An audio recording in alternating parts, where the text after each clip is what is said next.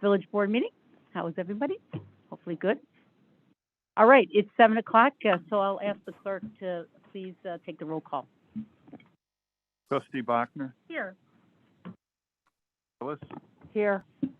Trustee Vasquez, Here. Lennon, Here. Johnson, Here. Trustee O'Connell, Here. President Aducey. Here. Thank you. If I can ask everyone to stand and say the Pledge of Allegiance, please. Flag of the United States of America, the republic for which is one nation under God, indivisible, with liberty and justice for all.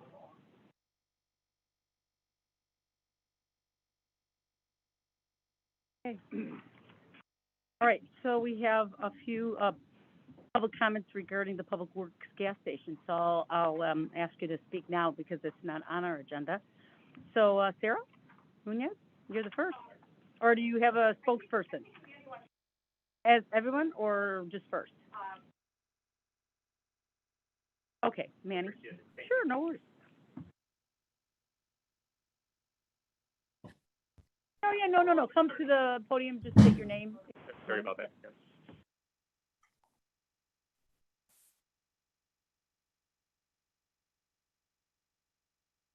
So, President, the Board of Trustees, my name is Manny Yu. I'm a Christian, and I pray that everything I say tonight glorifies the Lord's name. Gentleman here, David, and some other residents joined on the Zoom meeting. We are from the Permanent Association, which is next to the Public Works facility. First of all, I would like to give my thanks to each of you for your leadership to make the River Forest a place showing the culture of caring and sharing. Tonight, I would like to present you one topic which I would appreciate for your help. So the week before Thanksgiving, the Public Works has put out a gas pump, which looks like this, on the south side of the facility, and this is only 50 feet away from our front door. Mm-hmm. This has raised the concerns of safety, health, the value of the property, and also in terms of the quality of our lives. Therefore, I humbly request the leaders of the village three things. Number one, to evaluate the location of the gas pump location.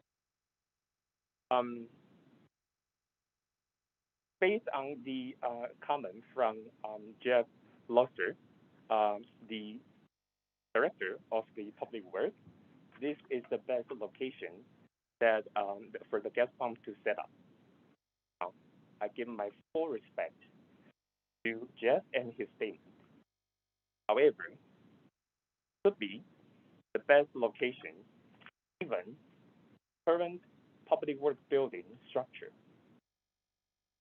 I would humbly request to revisit in terms of changing the building structure, if possible, and move the gas pump to the north side of the facility, far away from the residential area.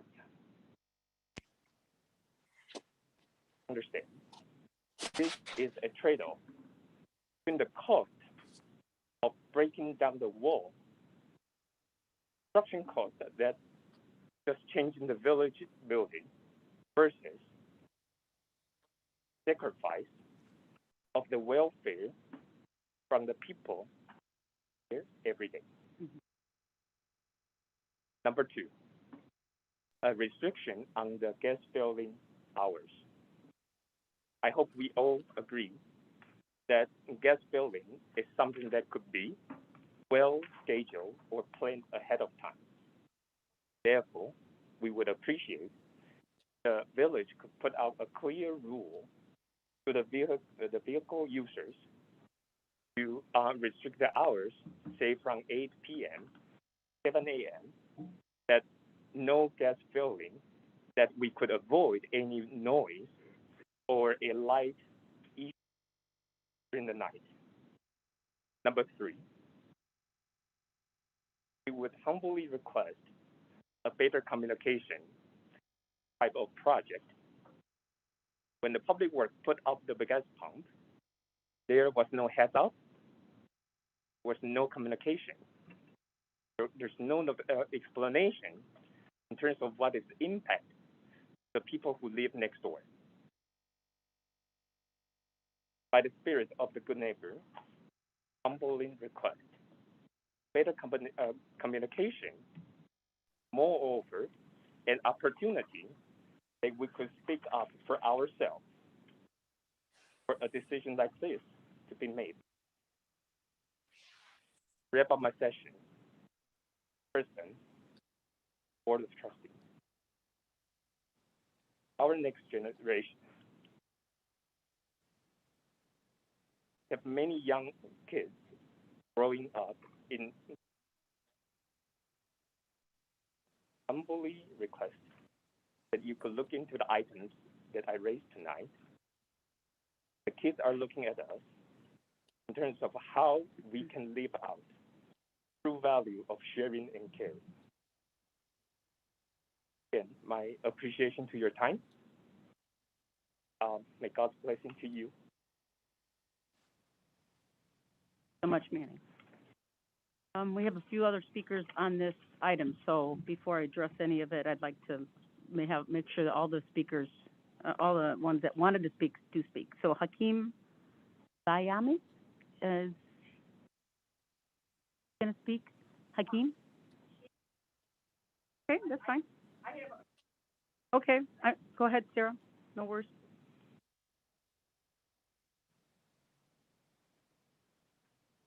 Thank you, Kathy and Board of Trustees. My name is Sarah O'Shea Munoz. I sound so loud. And I'm a real estate agent with Berkshire Hathaway Home Services in Oak Park. And Manny is a client of mine who, he and his wife moved here from Taiwan. They lived in the area and they really, really wanted to settle in River Forest. And I represented them with the purchase of this property. And they did know when they purchased that this was next to the public works, but it was not near the disruption that it currently is. And I think Manny stated his concerns very well. And it's not just his concerns, it's the concerns of everyone there are 6 units that face the public works in addition to everybody else in the promenade complex. And none of us, I don't think, are going to want to live with a gas pump across from where we live, not that close. And it impacts our how our leaders run the village, and I think it's done very well, but this is just something where they were not provided any sort of communication, and the concern is property value. Mm-hmm. And when they do want to sell, who's going to want to buy right next to a gas pump? So we do ask you, again, to reconsider where this is, even if it costs a little bit of money for the future benefit of River Forest. Thank you so much for your time. Sarah. David Fry?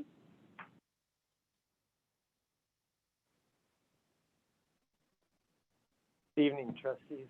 Thank you for this opportunity for you today. I mean, it's good to have this open community. So I just want to echo some of the sentiments that Manny presented to you today. I live at 31 Forest Avenue. You know, we're neighbors to the village. I enjoy having the village there. I see they're busy bees, you know, at the public works. There's a lot to do, and I can see the activity. Get a lot done, and it's not disruptive to my home, which is right there on the corner. I was shocked, though. I had an experience that very few people in River Forest have ever had. There was a gas pump 20 feet, you know, from my front door one morning without warning. So I'm not sure how that can happen. I'm going to attribute that to I missed something. So if you communicated aggressively and consistently, you know, that a gas pump was going to be operating in my front yard.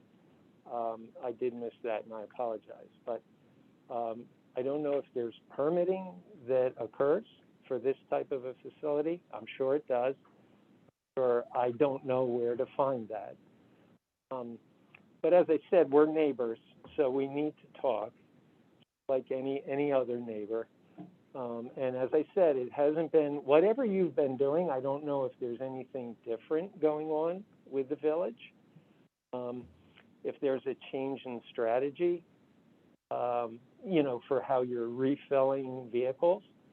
I'm not aware of whether this gas facility is going to apply to just the public works vehicles. Will it apply to fire and rescue? Will it apply to police vehicles?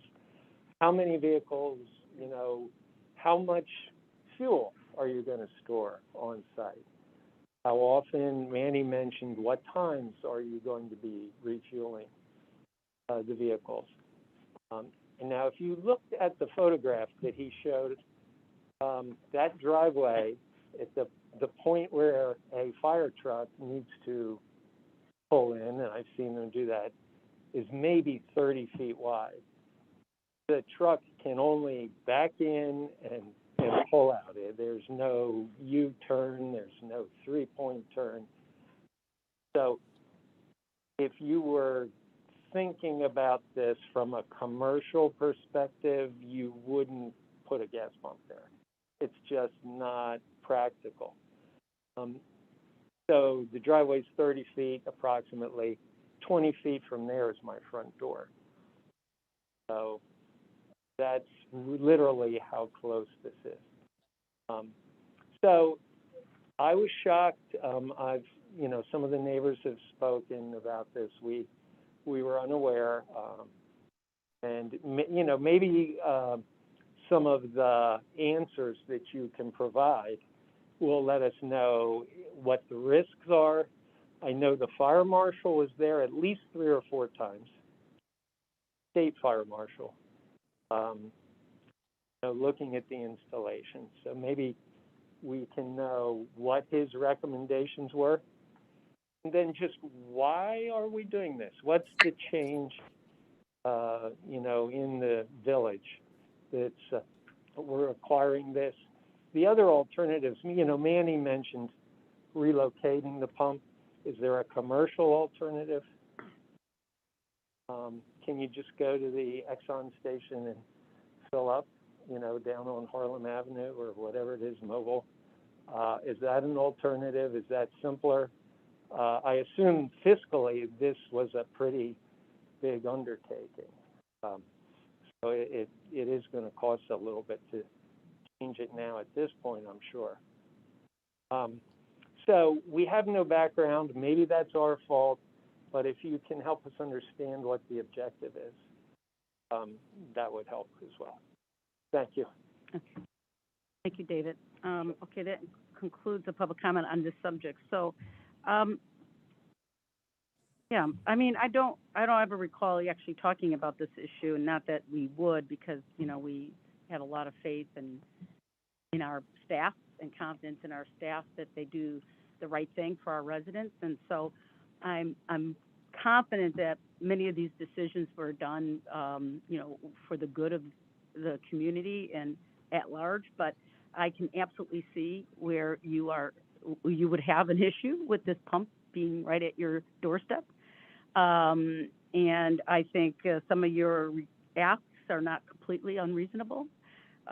Certainly, you know, the hour of operations we should be able to manage perfectly fine. It's within our realm, with the exception of anything that's of emergency. But certainly, better communications could get better. I'm not quite sure. We'll look into that. So what I've asked, I leaned into Brian and I said, I'd like to say, let's take a look at this on behalf of all of you, and really, truthfully, on behalf of all of us too, because we'd like to make the best decisions for our residents.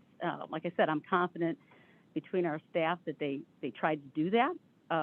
So I'm not questioning their capability or their what they intended to do, but it doesn't mean that we can't get better and we can't do better. So with that, I'm going to ask Brian to take that up for us, just to kind of look at, is this the best location for our residents? Certainly the policy of operations should be looked at. Obviously the communication, what did go out, what didn't go out, but that just, I mean, I'm not looking to blame, I'm just looking to make sure that we could do better if for some reason we missed it too. I'm not 100% sure either. So, so that is what I'll ask you, Brian, if you could pick that up, and then I would request that you get back to the group of residents that are here and keep the board informed on what we're going to do. Coming up with some, hopefully, some better solution for all of us. Is that fair? Okay. Cool. Is that good, Ted? All right, very good. So we'll move on to our next agenda, which is elected officials and comments. So, Mary, Erica, I'll start with you, if you don't mind. Before I begin, I'd like to a land acknowledgement. So, as we begin, we are mindful that we hold these meetings on lands that was once and still inhabited by the Ojibwa, the Chippewa, the Menominee, Potawatomi nations, and more. We'll remember our nation's history and honor the Native people as stewards that was colonized, and that River Forest continues to be a place many people from diverse. So, updates from my end. First, I want to wish everybody happy holidays, and for those who celebrate Hanukkah, hope you holiday as well. I want to make a report for our DEI advisory group. We continue to, it's similar, but we actually, like each time we meet, do make good progress. So we have been doing education, and then our last session came to general consensus that we're interested in divvying up work and larger buckets of that, and getting to that, working through that is a way to begin to get to a spot where we can be ready to. So, looking forward to continuing those group in the community, and anything going wrong with it, but having Brian join us as a but would want to just make sure that we and her, right, everything that she has done and worked.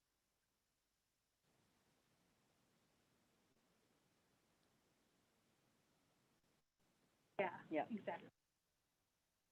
The only thing that's come to mind, I sent a quick email to Lisa and Brian this evening on it, was I was walking in downtown Chicago today, and there was this snow removal in residents and people's people who are homeowners and live here, our job to clean the sidewalks. Mm-hmm. And I do hear from our neighbors and residents every year, those in particular who are disabled or who are seniors, that it can be difficult to walk or use their motorized scooters when those curb sidewalk areas are not shoveled. And I think we've talked around this table, that is something that some people may not know, but that is the responsibility of residents. Maybe getting some messaging out there as we have. I know as a village,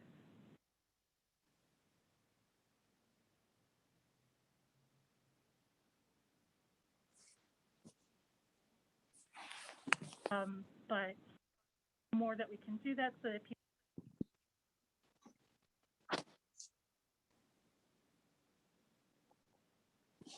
What happens is it gets packed, and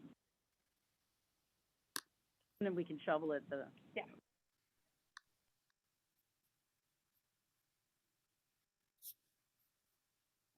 think I'm on now. Okay. Well, again, happy holidays. Well, we have a lot of different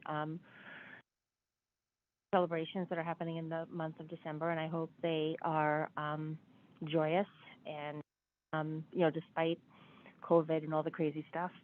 On Saturday, December 18th is Light Up the Night in River Forest. It is a similar program in Oak Park. Trustee Brennan had spoken of all the great lights in our community last week, and this Saturday will be heightened with basically just a lot of luminaries along all of our streets. It should be an amazing, beautiful thing to walk the streets on Saturday and participate if you can.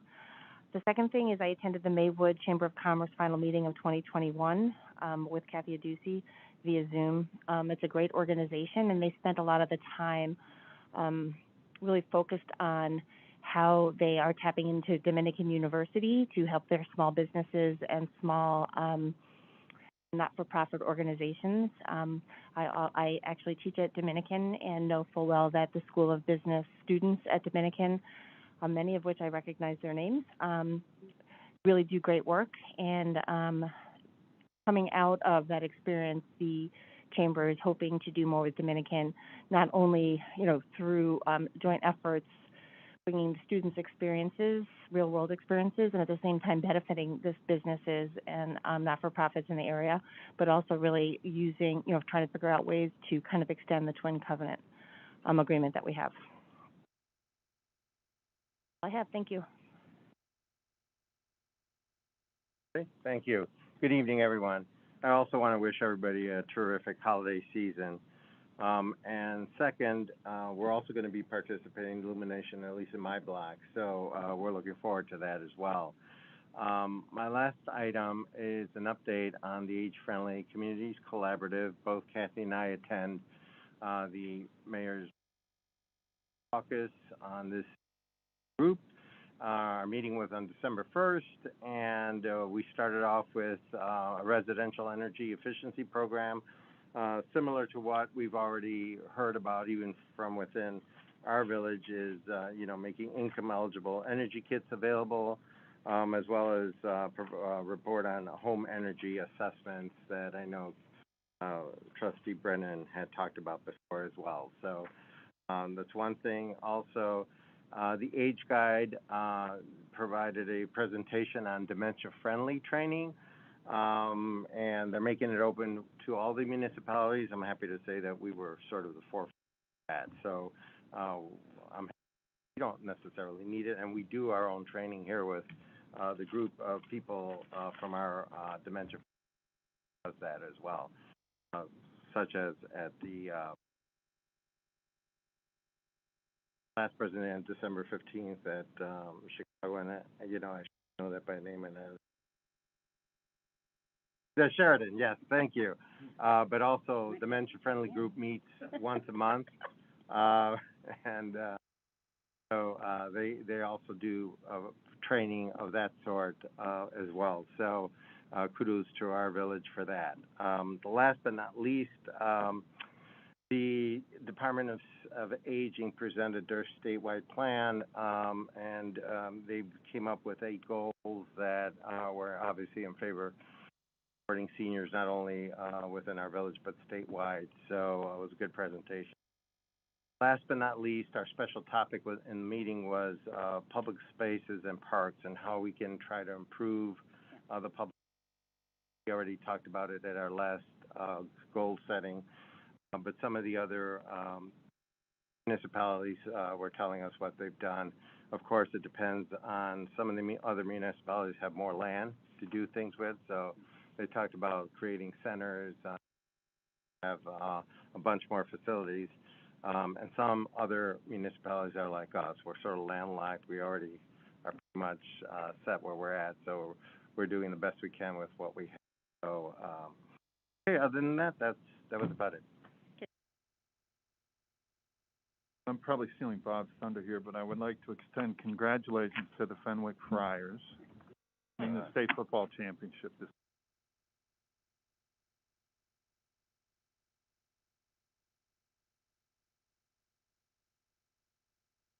Notice that the bin for the holiday lights recycling is out on Central, right by the viaduct. So I wanted to thank staff for organizing that.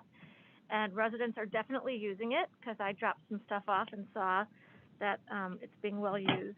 Make sure you get your stuff into the bin. Don't just drop it in a outside the bin, because with that windstorm the other day, there were lights in boxes thrown all over the street. So let's try to get it actually. And then second, I wanted to follow up on Trustee O'Connell's question last week about our leaf pickup. So this is actually probably a question for you, Jeff. I see it's on the website, and the last day of pickup was supposed to be December 10th. I can tell you that, at least on my street, there's still a lot of leaves that have been raked out onto the street since then. So what's the plan there? Our operations crews, although last week was the last official week, our operations crews do go around this week and keep an eye out for those that couldn't make it out last week or for whatever reason put some leaves out this week, and they do take another round, kind of an unofficial round, to clean things up. We had also talked about getting the street sweeper out there one more time, given that the weather's a little more cooperative than it usually is. So there is still some cleanup going on, it just on a more unofficial basis at this point. All right, now it's on the record. Can you tag on?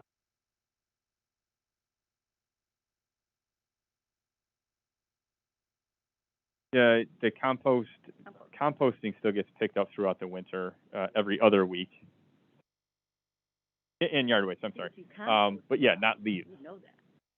Not leaves in the street. You would just have to put it in bags. Yes, yeah. So yes, if somebody still had leaves, absolutely, they could put it in the bags. old-fashioned way and buying the bags and the stickers. Yeah, but if you do the compost, compost. I saw bags out on the I'm street on today, and I know side on people are this. gonna get them picked up, so. Composting. okay. I think we're winning that. Then, I also wanted to say that we had our TRHT, Truth and Racial Healing Transformation meeting at Dominican today. Very good, and I wanted to mention two items. One is a save the date. The National Day of Racial Healing is January 18th, and Dominican is having several events in conjunction with that. They are having a keynote address by Dr. Reggie Williams, and people with the university can go in person, but others in the village can attend via streaming. So I'm going to send a link about that to, who should I send that to? John, you? So we can put it on the calendar? Yeah. And then the second thing that they're planning is very exciting. They're doing a white accountability group. WAG is the acronym. It's for people who identify as white, to explore how to recognize white privilege, interrupt our internalized dominance, and collectively develop strategies for change. There will be small group sessions, or small groups. They'll meet in 8 sessions over Zoom every other week on Mondays from 4 to 5:15 p.m. beginning January 31st. So like January to June timeframe. No cost. I did a program like this called Race Conscious Dialogues, and I know some of our staff is doing that, including the police department. And I highly recommend it. It's an incredible opportunity for learning and personal growth, and I'd like to continue with it. Participants are asked to commit to attending all sessions, if at all possible, because it is a small group, and you want to show up for yourself and for the others in the group. I don't think that really goes in does that go in the calendar? How should I? We could invite people to sign up. I don't know that we put each session on the calendar since it's for that small group, but we could invite through a news story or the e-news for people to register. Okay, we'll do an e-news thing. It's part of it. I'll send that information to you too. Send it to John. Yeah. Okay. And then just the final thing I have is, are we going to have a Lake and Lathrop update? Yeah, I just saw Corey. I didn't see him earlier, so if he is. Yeah, so Corey, hang in there for a couple minutes, and we'll call on you. Clear. Yeah. Okay, I will keep my comments brief. One, as everyone else is saying, happy holidays. You know, I would suggest you use this warm weather as a time to on your equipment that you use to, pick up snow in the future, because this is a good time. You can actually check it out and ensure you have the appropriate tune-ups so that you're not stuck in the snow trying to do that. Secondly, as I stated at the last meeting, Cook County has opened up River Forest to accept property tax appeals all the way through January 9th. So I would strongly encourage as many residents as possible take advantage of that and file appeals on their taxes, because I've noticed my life as an attorney, but also individually there are a lot of overassessments, and all it really takes is just taking a moment to show that to the county assessor, and your taxes can be reduced. I think that is about all. I would also echo, obviously, what Trustee Bachner said with regard to our work on DEI. We're looking forward to Brian Murphy joining us, as well as rolling up our sleeves and really getting to work in the new year. First of all, since I wasn't here last Monday, Brian, I want to welcome you and look forward to working with you. Secondly, I'd like to also wish everyone a happy holiday season. Hopefully it's full of safety and joy, and get together with family and be careful, and keep an eye on the masks and everything. Next, I just want to just reach out.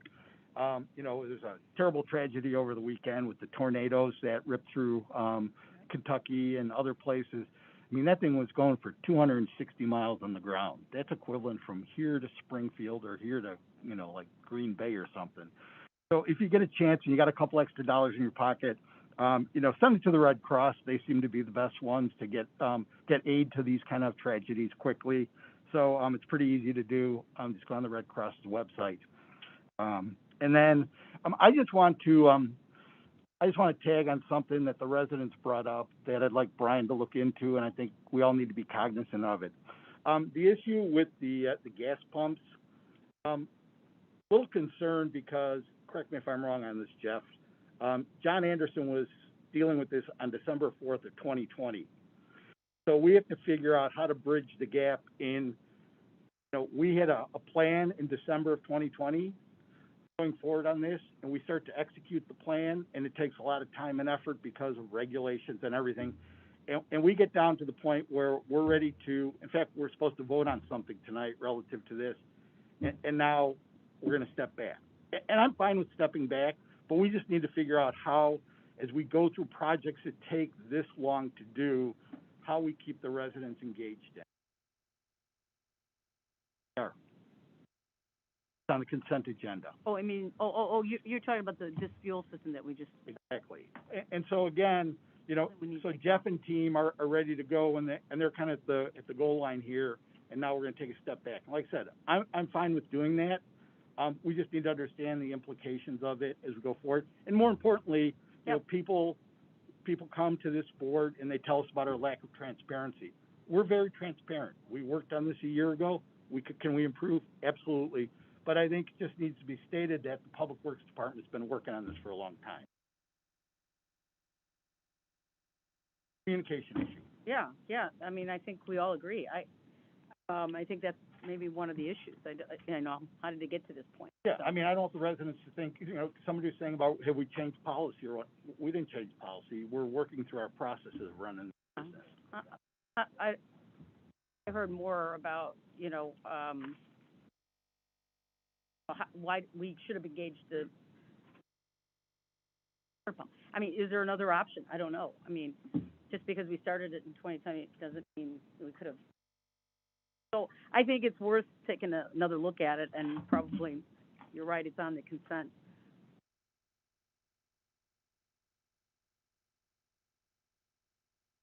I thought it was a separate issue. Yeah. Thank you. Okay. You got me confused for a minute there, but I don't think that's related to what they were talking about. All right, so let me just go ahead and then we'll get to the consent agenda. So I had a packful 2 weeks. I was a participant and attended via Zoom the Sustainability Forum that was hosted by Planet Green. And it was great. It was really great. Oak Park, Broadview, Maywood were part of the presentation. We heard from 2 youth that went to, what is it, 26, which was the Scotland, Climate Change Forum, and they were just awesome. Learned and what they came back with, and what they shared. We talked about sustainability and equity amongst the regional partners or regional communities. So that was a great discussion between Broadview, Maywood, Oak Park, and River Forest. So really enjoyed it.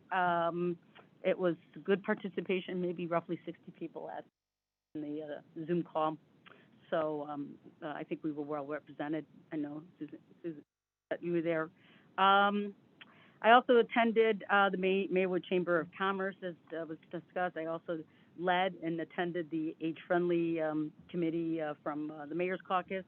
I also attended and participated in the Illinois Municipal League Board of Directors meeting this weekend, where Senator Durbin was our featured speaker, and he spoke a lot about the 1.2 or roughly $1.3 trillion infrastructure bill that I think will get, Illinois is set to get a good to Senator Durbin and Senator Duckworth. I also want to say thank you to Lisa Steiner. This hasn't been a very easy task that you took on over the last, 10 months, 11 months. You are, what you did was just incredible, kind of carrying 2 roles and 2 jobs. So on behalf of myself and the Board of Trustees, I want to say thank you for everything that you've done for River Forest during that time, and continue to do. You're a key employee, and we appreciate you a lot.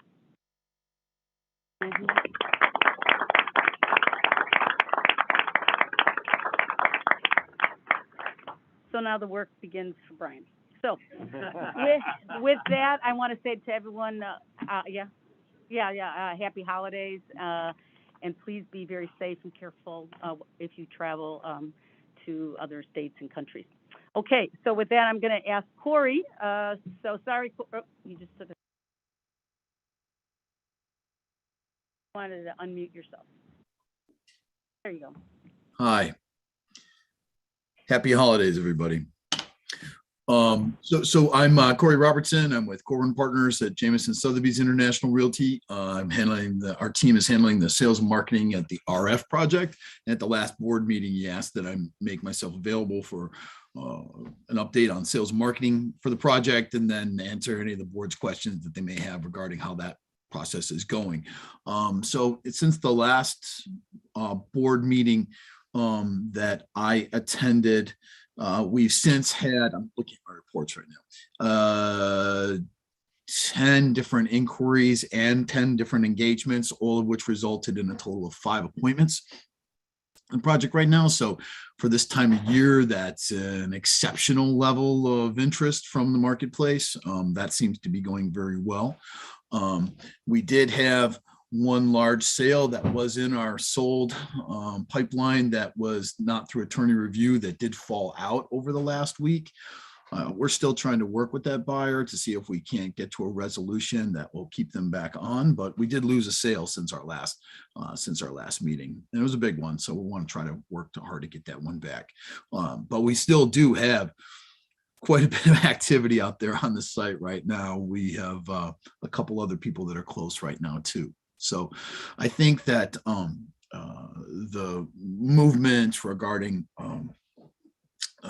the agreement with the village has been very helpful to getting buyers comfortable with the idea of the time frame and things like that on the project. So that was also a very good update from the last meeting too. So Corey, I know that I'm going to ask maybe Lisa here. I know from a construction standpoint, there's been some. So why don't you give the board beyond just the sales and marketing, which is really important because that drives everything, but from a construction standpoint. Sure. Just give me 1 second to pull up my Sorry, last. No, that's okay. Just give me 1 second here. Corey, I didn't quite hear you. When you talked about that one sale that was unfortunately lost, was that residential? Is that what? Yes, I'm sorry. My team only handles the residential portion of the project. I'm sorry, I'm not handling we don't handle the commercial. So I'm sorry, I couldn't speak to that. So I've been in contact, we have check-ins every other week with the construction management team, Kyle Haste and Mark McKinney, and Jeff and I sit on those calls together. What they reported to us was that there was some additional documentation that was needed by Waste Management regarding the haul off of the soil into their landfill. So they had to take some additional steps, which put the earthwork back a couple of weeks. And I know they were hoping to mobilize late last week or this week. What they are anticipating is that this will not obviously affect the overall timeline. They know that the deadline is the deadline. That has been communicated to them. They fully anticipate being able to meet that deadline. That is what's being reported to me. What they initially thought would be a more extended period of time for the earthwork, they believe that they have been able to condense into a much shorter timeline. So even though they've gotten a late start, they anticipate they'll still be able to meet all of the necessary benchmarks and requirements under the RDA by the January 23rd deadline. So we will continue to keep the board apprised, but Jeff and I do have check-in calls with their team about every 2 weeks or so. Is there any update on the financing situation? That's something I think Sedgwick's team would have to report out to us. Yeah. I know that they have been working with their lender, but I don't have the deep details on that. I'm not sure if that's something Corey can speak to. We requested a meeting with lenders. Village has requested Yeah. that. Mm-hmm. Yes, last week I reached out to Sedgwick's attorney and asked for the contact information for Lenders Council so that we could begin to have conversations about the paperwork that the village would be asked to provide, like we did for the bridge loan, so we could run ahead of that timeline. The 90-day deadline is January 20th.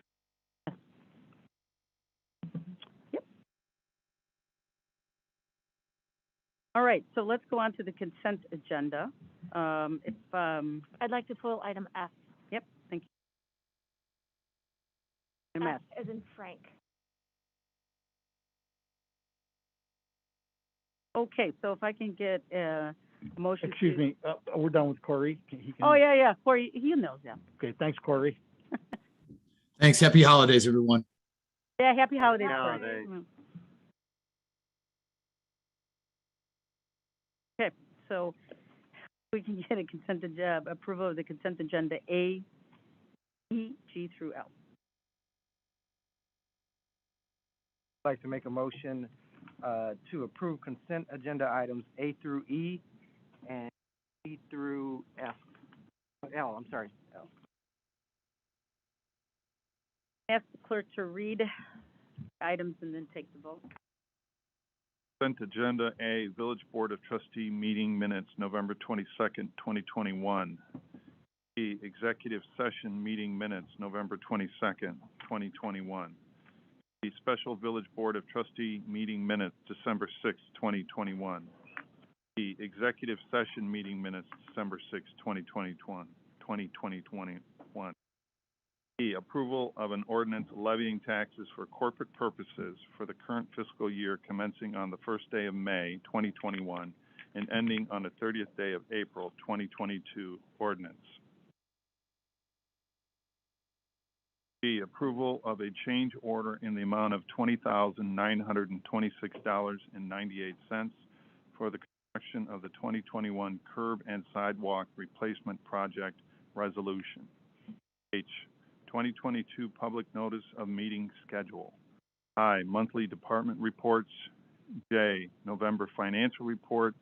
K, accounts payable November 2021, $2,191,491.32. L, village administrator's report. Gillis? Yes. Trustee Vasquez? Yes. Brennan? Yes. Johnson? Yes. O'Connell? Yes. Trustee Bachner? Yeah. Okay, so if I can get a motion to. Motion to approve item F on the consent agenda. I asked to pull this because it, statements.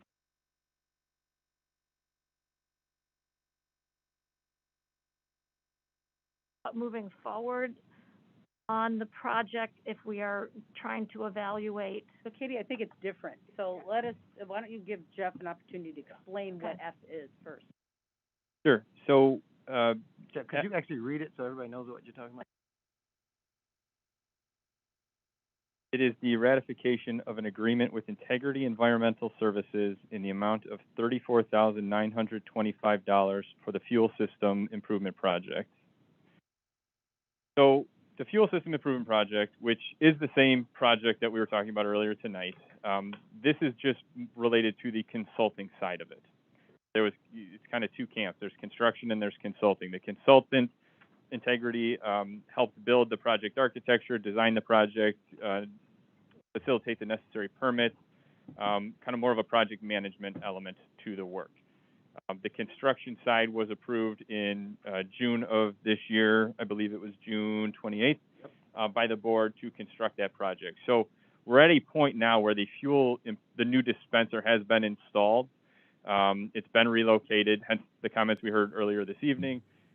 But staff recently realized that the consulting side of the work had never previously been brought to the board. So we are retroactively coming back to the board for approval of the consulting associated with that project. And so as we now look at this project and understand things that we didn't know before, like the disadvantages that we put these residents at, is it possible we're going to go back to this consultant or their eyes on this and see if they have any additional ideas about how we can? Certainly could. The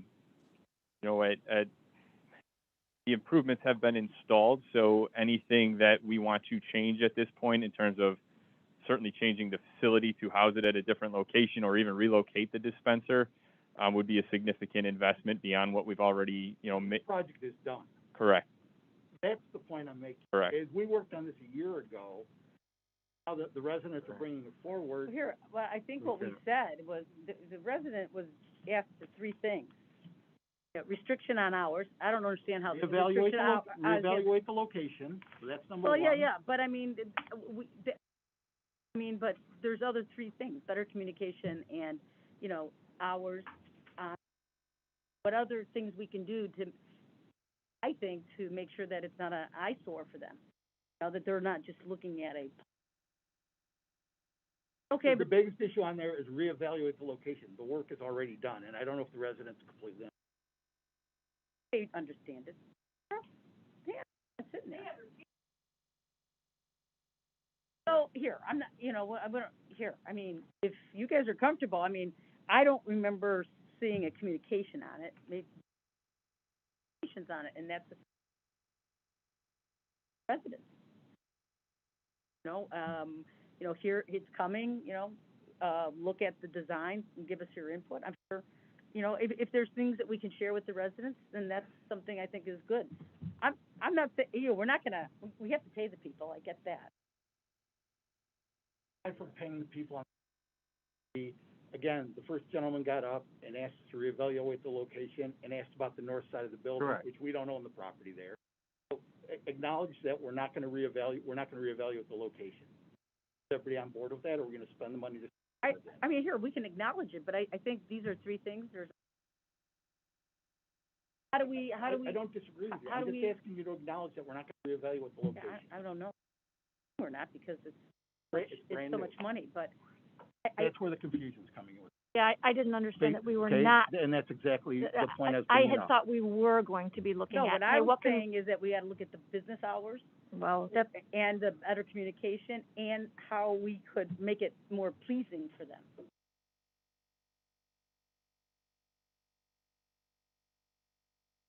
You also may find, in looking at the consulting, just with some of the intent and some of the research that was done, which will help us and also help the residents understand why we did what we did or why we did what we did. So, and to provide just a little bit more context too, the village's original intent was to replace the dispenser in the exact same location that the previous one was, which was kind of the southeast corner of the building.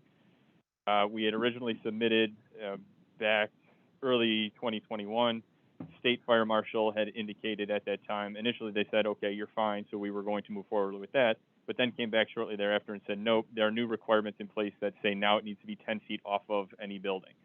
So to maintain that same location but move 10 feet off the building kind of put it in the middle of where our operations crews need to kind of maneuver to get to the storage piles that we have behind the garage to get to the water tower. Mm-hmm. So when we started to implement that 10-foot rule, if you will, we've all discussed this facility and how landlocked it is and how tight it is to begin with.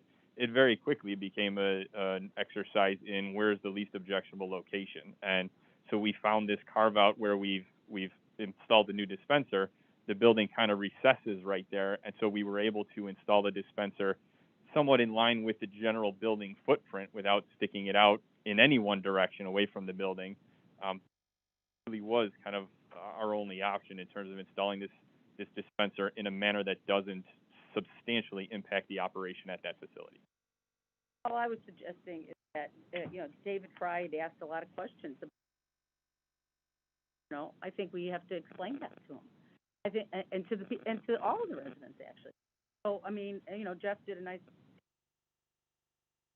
if there's 4, residents here, obviously, in communication. So I'm just saying, let's revisit that. Let's revisit the why it's there, not to change where it's at. Why it got there. Jeff just talked about it. Business hours, I think that's a good point. And then how do you make it pleasing to the eye? I mean, it's, if they're just looking at a gas pump, that's not good. Yeah, I agree with everything. We make business decisions 12 months in advance.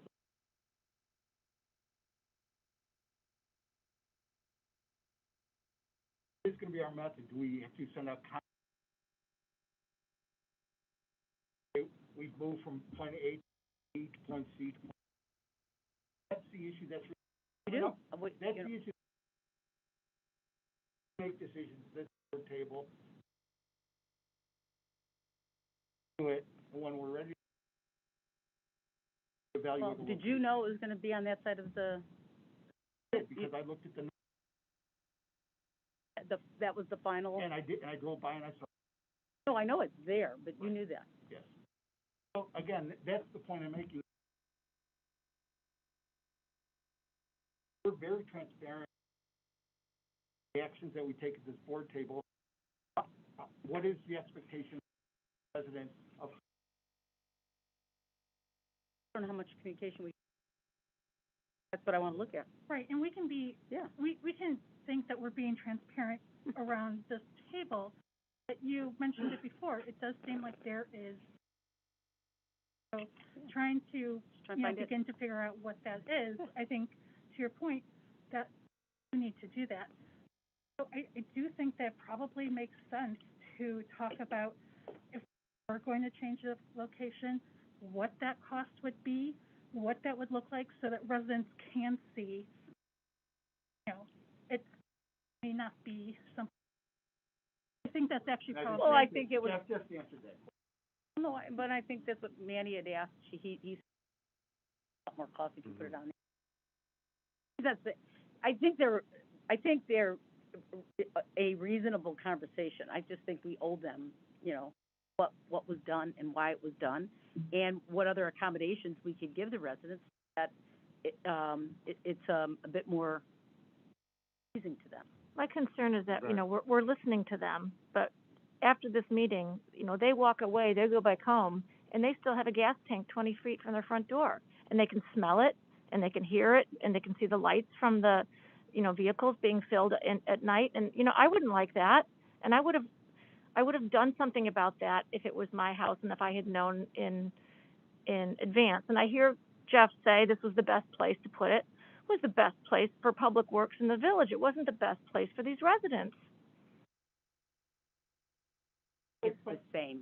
Right. You can't make up land. Right. You can only have, like Jeff But said, your one landline. wonders, we can't turn back the clock. One wonders it though, because. Excuse me, Bob, I'm in the middle of a sentence, please. We're much better than that. So all we're saying is let's look at all of this and come back and, yeah, it may be just that, Katie, that, there's no way to change it for the, I don't know. I mean, that's why I turned to Brian and said, it's probably worth at least another a conversation. I'm not saying we're going to turn back time, but I think we owe it to the residents how and why we got there.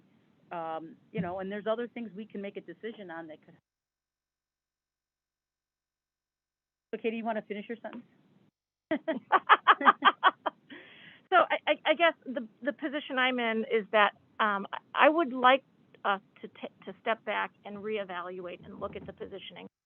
And the answer in the end might be it's cost prohibitive to change it, but I think it merits, and these residents, we owe it to these residents to answer the question, what are the other options and what goes with each of these options? And I think that's the respectful and right thing to do. Yep, and I agree. I don't think that means that what the staff did was wrong. I'd just be explaining what the staff did, and then the residents realizing this is exactly where it needed to be or not. So I think we can at least have the conversation. That's all I was asking, is that let's take a look at it. There are things that I think we can absolutely do that could help them. And to round it out, if what we're voting on in item F on the consent agenda is to pay the consultant for something they've already done, so be it. But I'm also saying, if this consultant was the project manager, I would like us to have the ability to reconsult with the consultant with our eyes on this new issue. But that's assuming we then agree with the direction of the consultant, because otherwise the consultant's going to keep charging. We may not agree. That's what we end up with. So we already did the work. No. I'm saying what I heard, and maybe I misunderstood it. I heard Katie say, let's pay the bill. I'm fine with that. I agree. But I thought what she was saying is use the same consultants to start looking at possible different directions, or no? That's I would like their input. They were the project manager. Well, see, that's what I'm hearing. And before we do that, a consultant's not going to do it for free. So if we start directing the consultant to do that. So what do you all suggest? No. Here, I am saying that I agree, look at different possibilities. I do think, though, that Jeff already explained what it was, and I think we ought to look. I mean, it was only 1 or 2 minutes. I mean, the description may be longer, so I'm fine with that. I'm fine at looking at the restriction of hours and better ways to try to make it look more pleasing. I'm fine with all of that. What I am saying, though, is relating to this consultant, let's agree what the direction is going to be. Are we going to keep it at the location where it's at? Right. What would you like the consultant to do? I am stopping Katie from saying let's engage the consultant to go forward on it, because we haven't made that decision to go forward, because the consultant's going to start charging. The minute you start saying, look at other possibilities since you worked on it, guess what? The bill is coming around the corner. So I'm saying before we do that, because I hear what Bob is saying, is that the job's already done. This is why we are where we're at. We're paying a bill because the services were already done. I'm saying let's not go there. Let's make a intelligent decision in the direction we're going before we engage the consultant.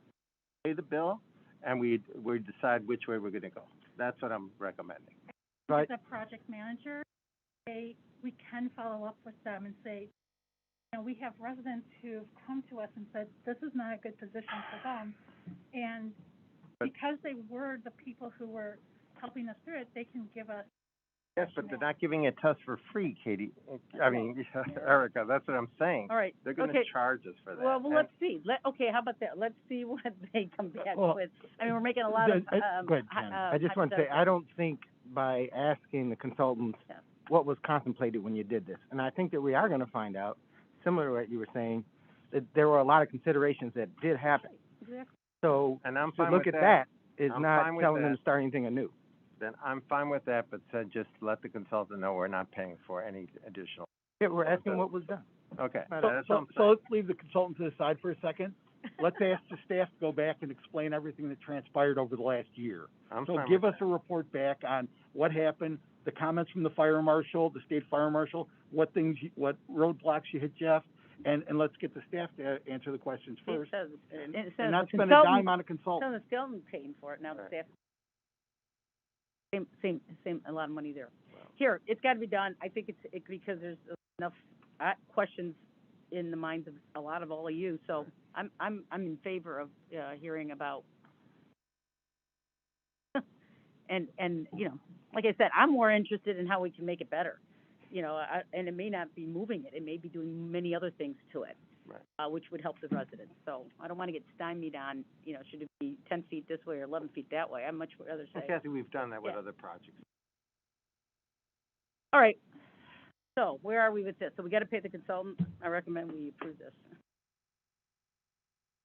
All right, we got a motion and we got a second. We've discussed it.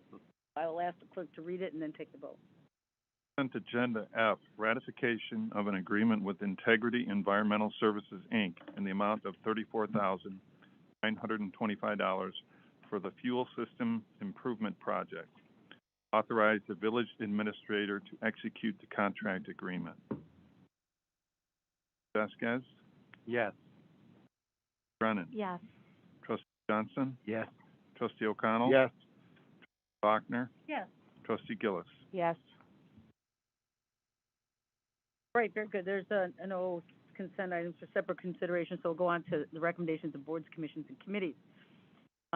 First up is an Historic Preservation Commission motion. So if I can get a move 7A in a second. Motion to approve an ordinance change to extend the maximum potential demolition delay for the PRI public recreation from 6 months to 12. Second. Okay, very good. And David Franek, our welcome. Hi, thank you. Happy holidays all. Good evening. My name is Dave Franek. I'm chair of the Historic Preservation Commission, and I thank you for the opportunity to speak this evening. The HPC was created pursuant to the ordinance adopted by the Village Board of Trustees in 2007, and at that time, the ordinance required us to conduct a survey of all the properties in the village. So what we did is we issued a request for proposal, an RFP, nationally. We had a number of architectural firms respond. We had 3 come in from various places in the country to do presentations to us, and we selected 2. Both happened to be local. To that end, they viewed all the properties in the village based upon the criteria established by the U.S. Secretary of Interior in 1965. There are 8 criteria, and they determined that 298 of the properties in the village met those criteria. Sadly, 2 of them have since been torn down, so we're now down to 296. They are primarily single-family residences. The ordinance allows the commission to issue a demolition delay for a period of up to 6 months following the submission of a completed application to the village for a demolition permit. Tonight, the HPC is recommending an extension of the maximum demolition delay only for those properties, those 29 properties, which are listed as PRI, public, recreational, and institutional. And they are enumerated in the packet that you've received. The reason for this is really quite straightforward. Due to their relative sizes, uses, and locations, they are much more complicated transactions to effect. They'll likely involve multiple parties, boards of directors, feasibility studies, site assessments, negotiation of purchase and sale and/or lease agreements, funding and financing considerations. Therefore, it is highly unlikely that any of these properties that viable alternatives could be found within that 6-month period and be put in place. The time frame is really designed for single-family residences. By allowing up to 12 months, it would provide sufficient time for the owner, potential purchasers, and the community to assess what is happening. Despite the fact that we're physically a small community, we have 29 properties that fall into this category, which are a sizable percentage of the actual physical location of the village. The concept has been discussed, written, and approved with the assistance of the village attorney, Greg Smith. And John Pape can lay out for you, if you wish, our notices, our letters, and our public meeting procedures that we went through in order to make sure that everyone was fully aware. Sure. Yeah, so the Historic Preservation Commission set a public meeting date. As you see in the memo there, that was noticed on the website, on e-news, Facebook, Instagram, Nextdoor a few times. And then we sent mailings direct to those property owners of these 29 properties as well. And at the time that we had our public meeting, we received no comment from the public in that regard. I'd also like to acknowledge the fact that I have one of our commissioners, James Sager, here, and two of our commissioners, Carla Graham White and John Forehand, who are attending via Zoom. So if there's any questions that I can help you with an answer, I'd be more than happy to ask them now. Thank you. I know you put a questions for Dave or his commission. I just have one question. Included on this list, Dave, are a couple of properties that the county owns. How does that play into, how do we legally or not legally include them or exclude them? Sure. So the staff prepared the list of 29 properties regardless of ownership. The villages, had issues with the county in the past with regard to the application of your zoning ordinance. They've since had their statute and zoning ordinance on their property. If an issue of historic preservation came up, we would assess the statutory language against your ordinance and make a determination at that time. This list is just meant to tell you which properties might be subject to it. So it's a snapshot in time. Thank you. Yes, good work. Thank you so much. Appreciate it. Hearing no questions or comments, I'd ask the clerk to 7A. Trustee Gillis, Yes. Bachner, Yes. Trustee O'Connell, Yes. Johnson, Yes. Trustee Brennan, Yes. Trustee Vasquez. Yes. Very good. Okay, let's move on to 7B. No action. I'm waiting to hear about the temporary knockdown. No action. No action. So this is more of a seeking consensus and a general update from the Traffic and Safety Commission. They met on November 17th, and there were two items discussed. The first request was for a stop sign on Thatcher Avenue at Vine Street. The anecdotal evidence suggested that there was a lot of high speed, high volume between Washington and Madison on Thatcher. The consultant, KLOA, had prepared a memo. The police department pulled traffic volumes with the radar trailers, and the consultant reviewed that and provided some analysis and essentially indicated that a full stop on Thatcher Avenue at that location was not warranted. So through the course of conversation, the request somewhat morphed into a request for a pole-mounted radar feedback sign that we, have several locations throughout town. It's not something that we have in stock, so to speak, and we are up against some potential hardships with the tree line in that area. We're fortunate to abut the forest preserve, but that also makes anything that feeds off of solar power pretty difficult. So a little more legwork that staff will have to do in terms of just making sure we have a setup that would work there, but certainly wanted to make sure we had board buy-in before we started purchasing and installing another one of these radar feedback signs here in the village. Questions or concerns? I think it's a good idea. Anxious to see it. And that was for southbound traffic too, Yeah. I should clarify. The second request that was made at the meeting was regarding the intersection of William and Chicago. We have a four-way stop on Chicago at William there. And the concern is that during rush hours, and I'm sure everybody's seen it, we stack vehicles along Chicago Avenue there at the stop sign. Yeah. Some drivers get impatient with that and use the parking lane as a bit of a drive-through, make a pretty dangerous situation at the intersection. I think we just had a substantial accident there. A car ended up in the front yard. I think that was right before the meeting in mid-November. So through the course of conversation on that item, the commission recommended that during non-winter months, due to snow plowing and clearing, we don't want to leave a big heavy windrow there that could cut into the traffic lane. But during non-winter months, the idea of installing bollards that, not steel pipes filled with concrete kind of bollards, but those plastic ones that are enough of a deterrent to prevent a vehicle from using the parking lane as a drive-through. So that was the recommendation from the Traffic and Safety Commission, and given its uniqueness, certainly wanted to make sure we had board buy-in for that as well. Yeah, I know that's a questions.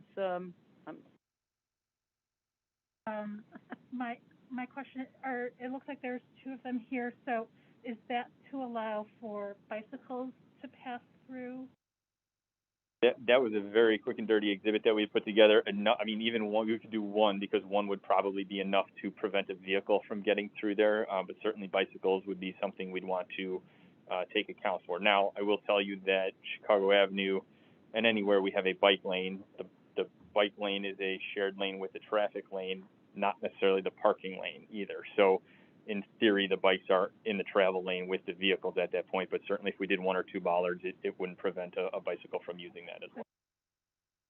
And then, I know you said this was a kind of a quick sketch, but I would just like to make sure too that it does look like that would be immediately right next to a parking space, so to make sure that whoever is parked in that can get in and out. Certainly, and that's, those spaces aren't delineated there in terms of length, so it's kind of one big zone. So there really shouldn't be any issue with a vehicle coming in and out of there. But we could certainly cheat that bollard that's kind of on the traffic side in a little bit to make that a little bit easier. Absolutely. There is. That's the very end of the parking lane right there at the. Other questions? We'll move forward with those. Yeah. Thank you. So the next one that does need a motion, this is a planned development permit for 400 Ashland. If I can get a motion to approve in a second. Motion to approve an ordinance granting a planned development permit at 400 Ashland Avenue. Second. Right, who wants to? Okay, first. All right, well.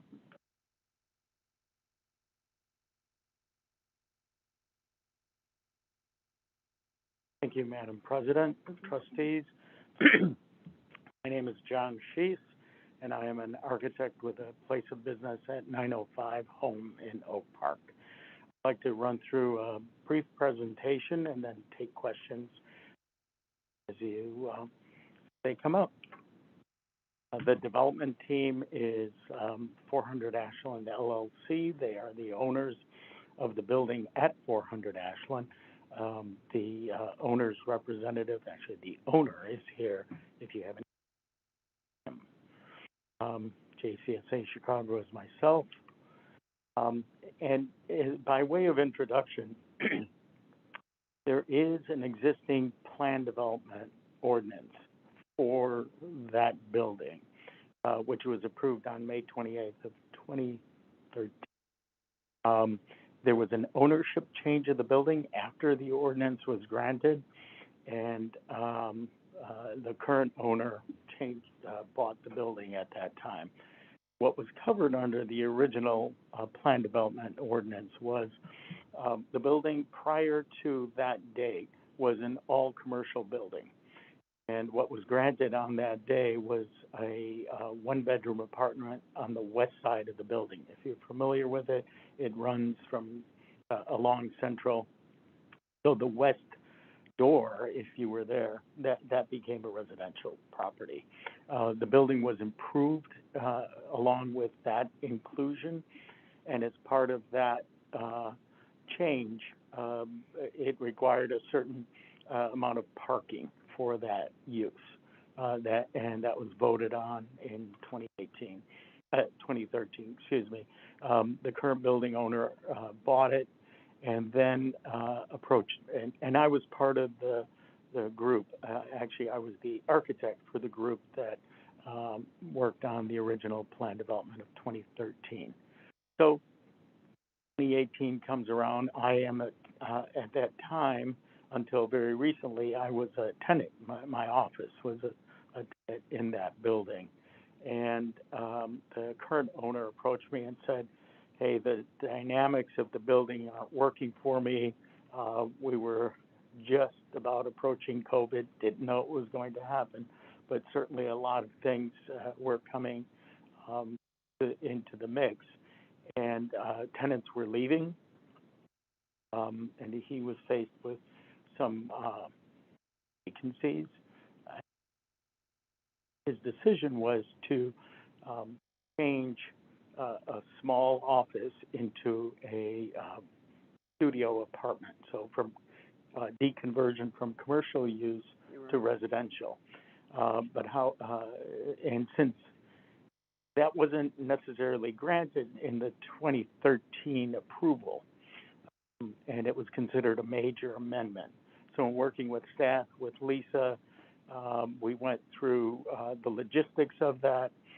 We presented our case to the technical review team, so fire, police, engineering, other disciplines within the village gave us comments. We incorporated those comments and moved forward with the application. And we had a series of delays from the original application, not village generated. They were just in the middle of COVID. But on 11/4 of this year, the DRB took up our application. There was a vote, and the vote was, I think I'm correct, it was 4-1 in favor of recommending, with one condition, and the condition was around parking. I think staff has laid it out pretty clearly in your packet, but I'd like to run through some of these highlights. The first one is that there is no change in real estate tax classification from the 2013. So 2013, it changed from being an all commercial to a mixed use.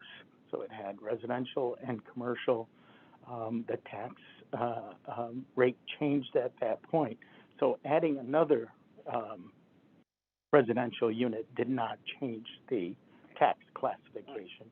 And the owner provided documentation to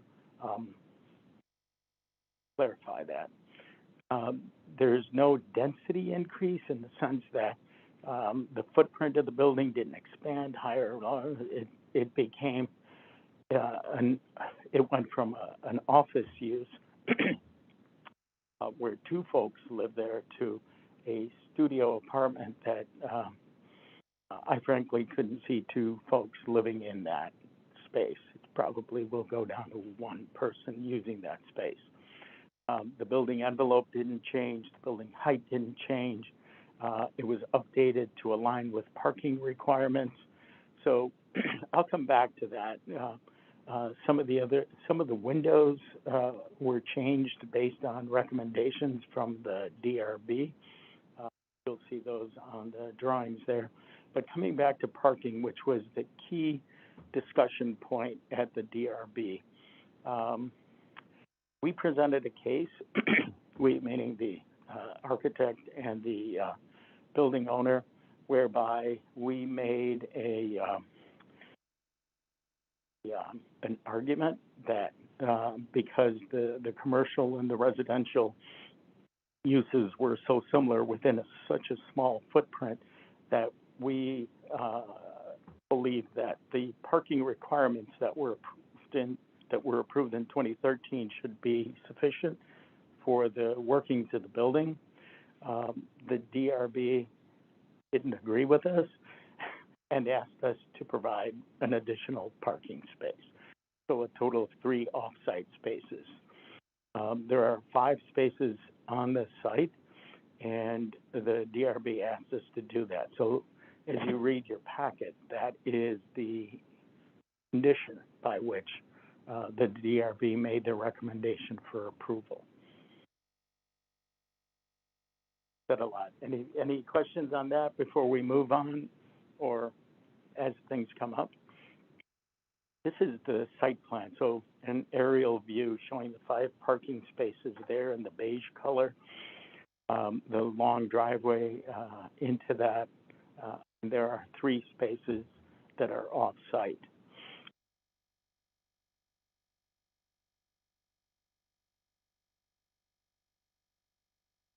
I couldn't tell you offhand, even though I was a tenant there. I'm sure it's somewhere here in the documents. Just for the, No, I meant just the whole. The whole building? I think it's 3,700. 37? Thanks. The building area is 4,784 square feet. That's, and when we measure that, it's just the gross building footprint. It's a 1-story building, no basement, no second floor. Here are some photos. It's a wonderful building. I've liked this building even before I was a tenant. It's a very attractive building, really very nice scale on the corner there.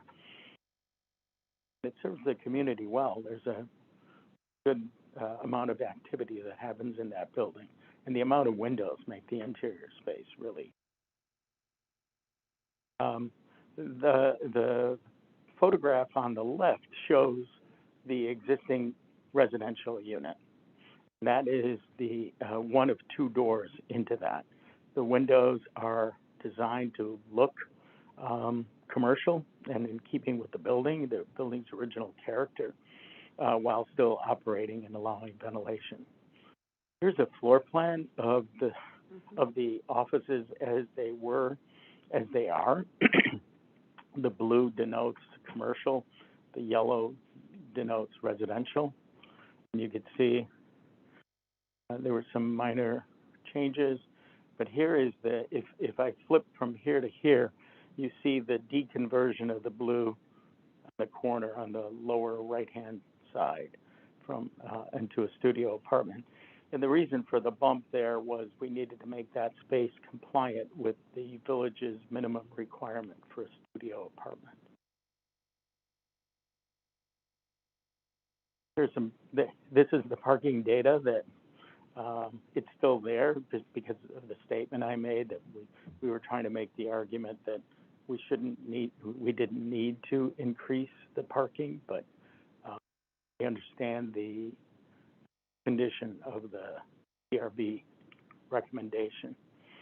Here's a statement on the proposed unit size, code section straight from the village's code book. And here is a highlight. So the blue is the space as it is now, and the yellow is the proposed space. And, again, proposed and existing on top and proposed on the bottom. The north view, you can see we're trying to keep it consistent with the look of the building. And on to questions and comments. I guess I'm trying to understand the issue here. Is the issue, you have 5 spaces on site, and then you're supposed to have 3 more off site? Well, let's, for clarity, let's distinguish. The current requirement requires 2 off-site. But as part of the amendment, it would require us to have 3 off-site. What's the particular? None other than clarity. The ask is that you would accept the recommendation from the DRB to approve the development as it is with the 3 parking spaces. So I'm going to ask Lisa I mean, on the applicant, so what the ask is from the DRB and what the ultimate. Sure. I think John has summed it up Yeah. pretty accurately here. So the 2013 plan development required that they maintain the existing 5 on-site spaces and then locate an additional 2 off-site spaces to get a little bit closer to the necessary parking ratio at this particular location. They did do that. They had a lease agreement at another property. That lease agreement no longer exists, and so during this process, they have taken steps to ensure that the existing plan development is in compliance with the permit. And the DRB has also said, great, that's wonderful. We are also asking you to add a parking space dedicated to that, or a parking space available for that additional residential unit. So the ask really here is that they identify one other parking place. It is a challenge in this area. I know that John and the applicant have talked to numerous property owners to determine if there's surplus parking anywhere else that they can tap into, and that has been challenging. So the village and the applicant have been working together. They've been able to identify overnight parking spaces through the village's parking system that they have purchased and shown proof of purchase. They are on the wait list for additional spaces. As you saw, there is some internal renovation that needs to go on at this location, and the the plan development condition, item number 3 on page 6 of the findings of fact, asks that they identify that third parking spot before a permit is issued and construction commences. So we may have one spot I need to check to determine if it's still being leased. But in other words, we're trying to work with the developer because we understand that they have some difficult parking challenges in the C3 commercial district, and they're making a good faith effort to try to provide it. And they are offering up, and you'll see in the condition number 4, that this would be an affordable housing unit. And so we are doing our best to be as flexible as possible to try to get that across the finish line. Proposal before us, and so we've been working. So I think John has summarized the ask correctly. Yeah. I may have done a good job summarizing, but I left off one key point.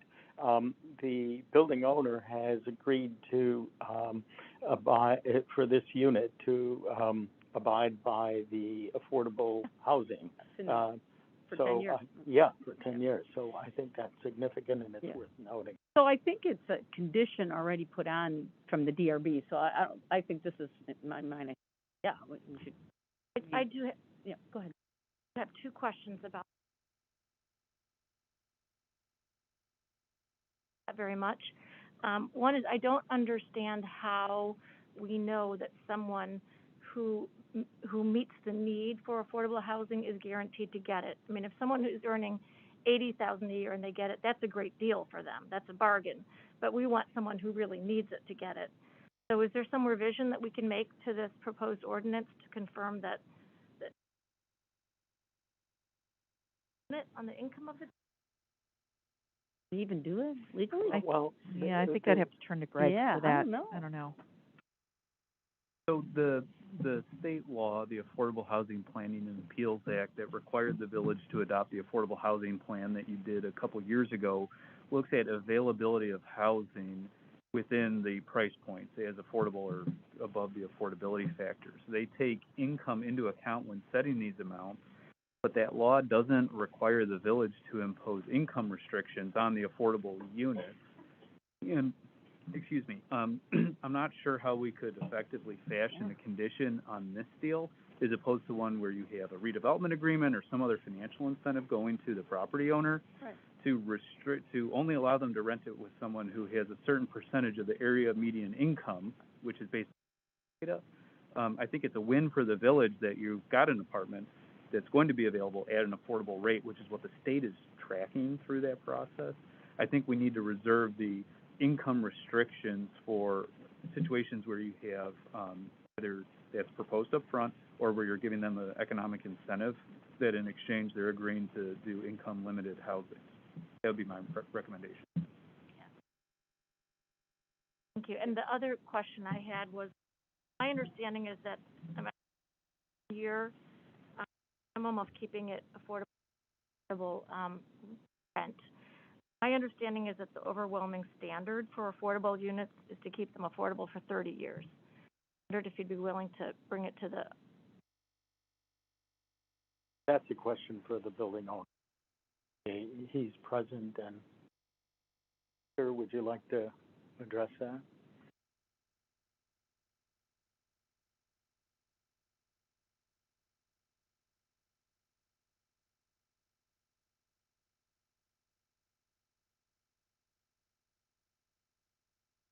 My name is Victor Yakovlevich.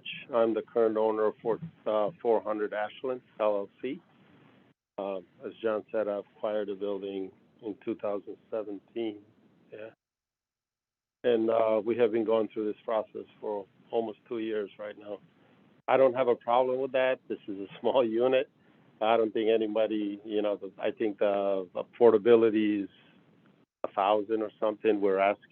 We will be renting it for like 800, 850. So if it's 10 years or 20 years or 30 years, makes no difference to me. Yeah. We're just trying to accommodate and make the building work and to be sustainable. I think we've done a great job refacing it, landscaping, and everything else that goes along on that property, and also at 402 Franklin, which is right down the street that I own. 9 units. All of those units are affordable. They're $1,100. They're always occupied. We have diversity in them, tenants of all races and genders, and it makes no difference to me at all if it's 10 or 20 or 30 years. Yeah. So Victor, that's great because, the federal standard is by, because you're getting something for it, therefore make it longer. By you just doing it because you want to do it and you want to make it affordable to anybody, I think it's a great, it's great that you're offering that. The fact that you want to keep it affordable is what we're trying to promote in River Forest. I have no problem. I've been a resident for 23 years in the River Forest, right down the street. Yep. My kids grew up here. They went to school. They're going to Oak Park River Forest right now. Yeah. Some have graduated, but I don't have a problem with that. Good. I'm just trying to occupy the building after 2.5 years with somebody. Right. Thank you. That's all. Thank you. Thank you, Victor, and thank you, John. So I think A couple of questions. Going to the second point on the rental rate, is there any kind of cost of living adjustment or anything that's made in that? Because I would hate to discourage people from coming to invest in our community with affordable housing, knowing that they're going to be locked in for 30 years at the same rental rate. Right, so the condition incorporates the studio apartment affordable rent limit as published by the Illinois Housing Development Authority for this geographic part of the state. So every year they publish a new index or a new rate that will be updated over time. What's stated in the condition is as of today. Okay. And then my second question is, after I went to see the gas pumps yesterday, I drove by the building, and on Sunday afternoon, 3 out of the 5 parking spaces were occupied. And just curious, if is there work going on in there on Sundays or whatever? Because again, one of the issues, if you even go back to 13, is the parking on the streets over there, and just kind of curious as to what was going on. Because if it's a commercial building, is it going to be exacerbated by another unit in there? So I can safely answer that. Having been a tenant there for 3 or 4 years, the cars you're likely saw there are for the residential unit that's there, in addition to an owner of the survey that works on Saturdays and Sundays when things are a little calmer. He and his daughter run. Those are the cars that you like. My car was often there on a Saturday, not a Sunday, but it happens. It means it's a well-functioning building. 24 hours. So the last question is, so the parking spaces we've identified, where are those spaces? Victor, if you want to shed light, it's included in your packet where he already purchased the 2 spaces. I'd have to go back to that. Just give me one moment. Is it River Forest Kitchen? No, those were not. So they had tried to work with River Forest Kitchen to be able to rent 2 of their spaces. Unfortunately, River Forest Kitchen did not have a surplus of spaces available, and they were not included in the original legal notice for the plan development, so we weren't able to consider any relief that would be granted at that location because they weren't included in the plan development application. So these are at one of the Thatcher lots, either the east or west Thatcher lot. The zoning ordinance, particularly the plan development ordinance, does make some consideration for locating parking spots within the vicinity of the property, even if it's not immediately adjacent. So this is within, I would call the vicinity, it's within that relative corridor. They would, obviously like to find spots that are a little bit closer to the building, but in absence of that, and certainly they could as those spots become available, but in absence of that, they've certainly, made a good faith effort to try to identify something. So there are spots, overnight spots that are available, say at the corner of North and Thatcher, but that's just not within proximity. So, right, so they're looking to find something within a few hundred feet of the location, which is what they had originally when those spots released at Community Bank.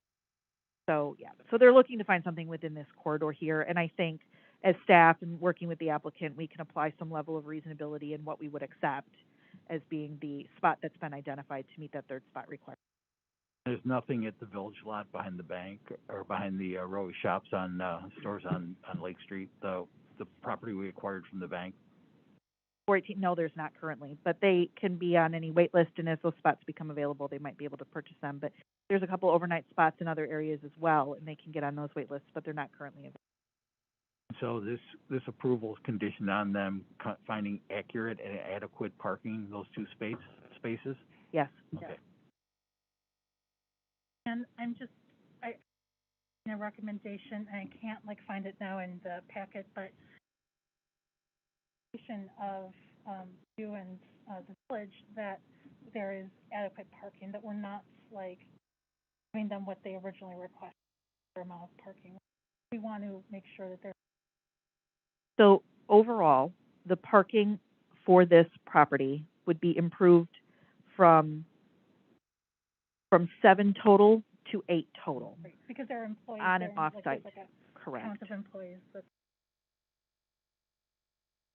has shared parking space been considered with one of the commercial locations so that it could transition to residential in the evening? Has that been something that you have thought through? I believe there are some just strictly overnight parking spaces as opposed to 24-hour parking spaces. That's not necessarily something the code contemplates. The code considers dedicated all day, all night parking for these.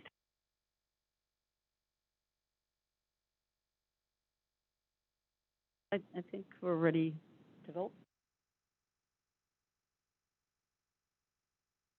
Was there a desire to change the 10-year affordable term to 30 years? Sure. Yes, I would ask that. Yeah. Okay, so it was Trustees Gillis and Vasquez first and second the motion. Would you like to incorporate that into the ordinance? Or you can just give your consent. You don't have to reread the motion. Yes. Okay. So you're voting on the amended motion to approve it.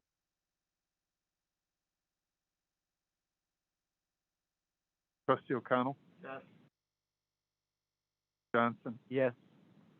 Brennan? Yes. Vasquez? Yes. Trustee Ellis? Yes. Bachner? Yes. We have one last business item, new business.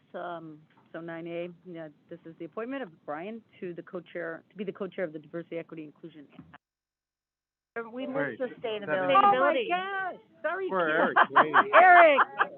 Oh my Shannon's God! here. Sorry, Shannon. I don't know how I missed that.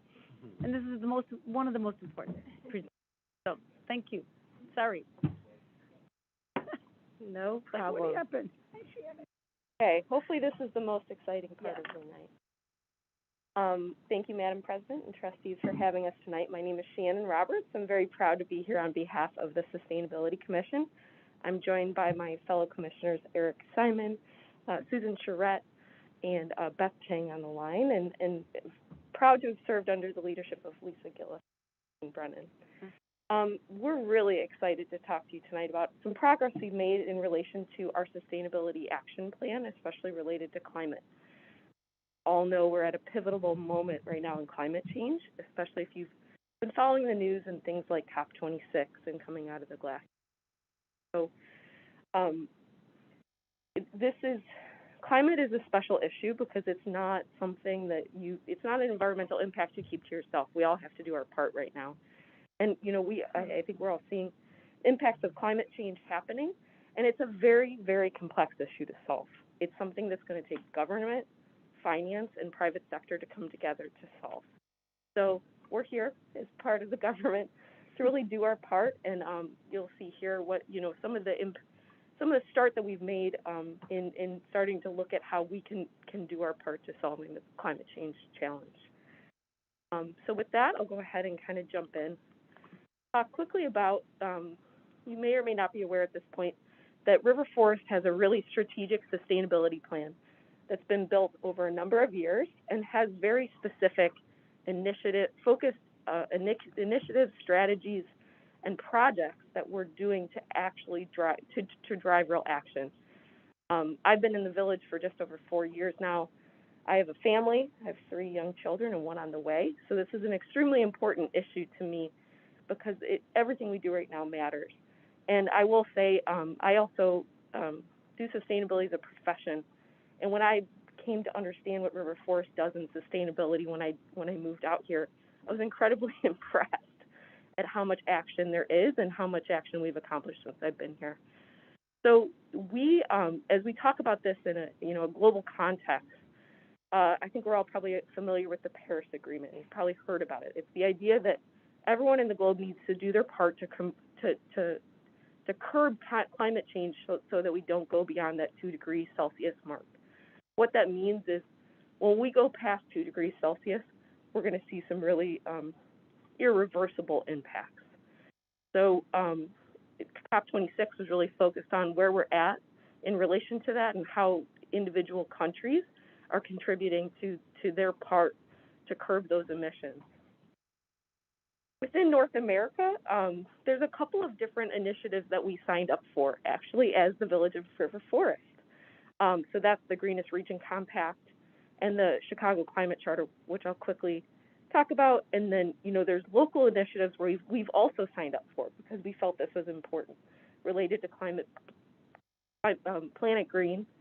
And so our River Forest Sustainability Commission strategic plan is really designed to address not only just climate, but all of the other pieces that go to this, because there's a lot to do to actually solve it.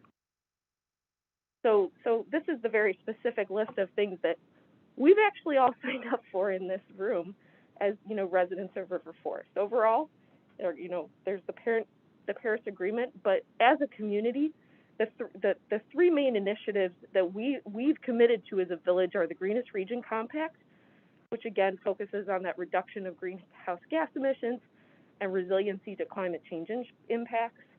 There's the Chicago Climate Charter, which we've signed up for, to achieve a % reduction in greenhouse gases, which is equal to what's called the nationally determined contribution of the Paris Agreement. That's actually set by the U.S. government and was reported out. Not that important to note here, other than we signed up to be a part of this, right? And then lastly, Planet Green, which is an incredible initiative between Oak Park and River Forest. It has 9 focus areas over the last 10 years in sustainability, and I can't tell you how impressed I've been with this initiative, because for over 10 years we've had really specific and strategic goals across a number of areas to really make real impacts. I've listed here the energy goals, and I just want to point you to the third one, that we signed up back in, I believe, 2007 to reduce our greenhouse gas emissions to 30% below 2000 levels by 2020 and 35% below by 2025. In addition to increasing our renewable energy procurement by 25%, decreasing overall energy use, and lastly, increasing community solar energy projects.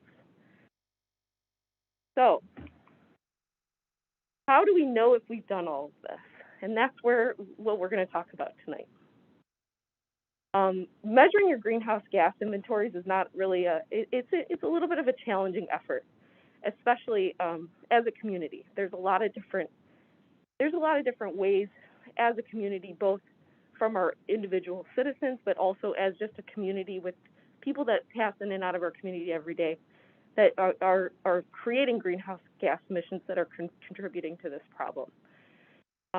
So there is a guidance out there called the ICLEI, Local Governments for Sustainability U.S. Protocol for Accounting of Greenhouse Gas Emissions.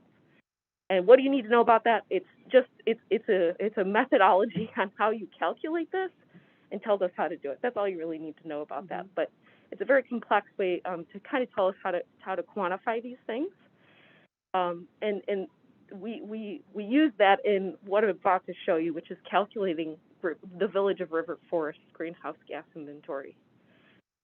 And another important guidance that we are following as a commission is the CDP Cities 2020 reporting guidance. So the CDP is actually an internationally recognized voluntary initiative followed by both cities, communities, and then also companies in an effort to have voluntary submission of your greenhouse gas metrics that you're measuring, and also how you're curbing climate action. So it's just another place that gives us some guidance as to how do we go about this in a standardized approach with all of our global friends that we need to do this with. So what we've been doing actually over the last 2 years is looking at how do we measure our greenhouse gas inventory. And in order to do this, we did what we call an applicability assessment of what are our greenhouse gas sources. So where are the main areas where we are contributing greenhouse gas emissions? The main ones are electricity, natural gas, passenger vehicle use, and I'll caveat that there's a lot of other vehicles that we could be measuring for greenhouse gas emissions in our village. We're limited right now because of lack of data, and there's probably opportunities to improve our inventory in the future. But we do have estimates based on what we could do right now. Waste, so the generation and disposal of solid waste by the community. And then lastly, our forest lands within the community. So this kind of gives us a pretty good start to our greenhouse gas inventory. And before I show you the results of all this, I just want you all to know that this is the start. I think, especially you'll see that electricity and natural gas are going to be our most material sources of greenhouse gases as a community. So while there's a lot of other little sources we'd like to pull in over time, for example, rail that goes through our community, we also should be, accounting for trucks that drive through our community. We should be accounting for our wastewater treatment plant and the emissions that come from that for treating water that residents, the effluents from our residents. So we will work to do these over time. It's just a little difficult right now because, again, lack of data and best available methods. And that I'll share. We've been coordinating with a couple other community programs such as CMAP to see if they could help us build some of these additional pieces. They're also working on it. So, in conclusion, I think we've got a pretty good start here of what the main categories are. But the hope is that we continue to improve its accuracy and completeness in years to come. So with that, we're very excited to share this is our inventory. So this is where when you pile up all those individual sources that I just shared with you and calculate what their CO2e, which is your carbon dioxide equivalent million tons are, there's a number of categories like natural gas and electricity, which account for our more material. You'll see our passenger vehicle use is kind of the next biggest one. But then you'll see at the bottom a lot of little sources that all help us take away or offset those greenhouse gases. So all of the amazing work that our community has done in waste, we actually offset almost all the waste that we send to a landfill through composting, recycling, and others. We also have a calculation here for forest lands. So we should never underestimate the importance of our trees in this community, because those also take greenhouse gases out of the air. And then you'll see, especially in 2020, where we made a lot of significant progress. A lot of that was because we purchased renewable energy credits, which afforded us credit for using renewable energy and offsetting our total electricity use. So I think what's so exciting about what's on this page, if you look at that top line, number one, it's incredible. We have a 2007 baseline that we've been measuring this data year over year. So I had the luxury of taking that on. But we've been able to reduce our greenhouse gas emissions by 34% from our 2007 baseline. And if you go back to that Planet Green goal that I talked about at the very beginning, we've exceeded that Planet Green goal, which is really incredible. So I don't know if we'd get a round of applause or something here, but it's very, very exciting. So, yeah, I guess any questions or comments on this? This is a loaded slide, but. I applaud the Sustainability Commission for everything you do. I remember seeing that you were going to begin to obviously you've been doing it since 2007, but that you were going to do even more of that in the town. So I'm excited to see these results. I have two questions. I don't know if you're the right person, so if you don't know, that's fine. Yep. One of the things is I feel like I hear anecdotes, stories from residents who say recycling isn't actually going where it should go or something. When you're looking, it's going into the trash instead of, when you're looking at these rates, is that something that you can, recycling is indeed going into trash instead of recycling? Is that something that you can measure, or are we using generalized numbers based on the ones we have, and you know what I mean? Yeah, so all of the waste numbers are actually based on measured waste by Roy Strom. So, and I'm pretty sure we've asked the question along the way of, do you send your recyclables to recycling? And the answer is definitely yes. So that's the bet. Honestly, that's in the world of things right now. They measure it for us, so we get a real data point on it, and they've confirmed for us that it's actually being sent for recycling. Okay. Now, with that said, recycling infrastructure is a complicated challenge, and we don't really know after it gets put into that system what happens. The other thing, I'm actually surprised that from 2019 to 2020, something like our electricity usage go up a little bit because people were at home during the day versus being at work. And so I'm wondering if in conversations that you've had with the utility group or with others, factoring that in and what that may look like and what in years forthcoming. Very good question, and I'm excited to share that all of this is based on ComEd data. And so when we were waiting for the 2020 data, we were sitting there please don't go up too much.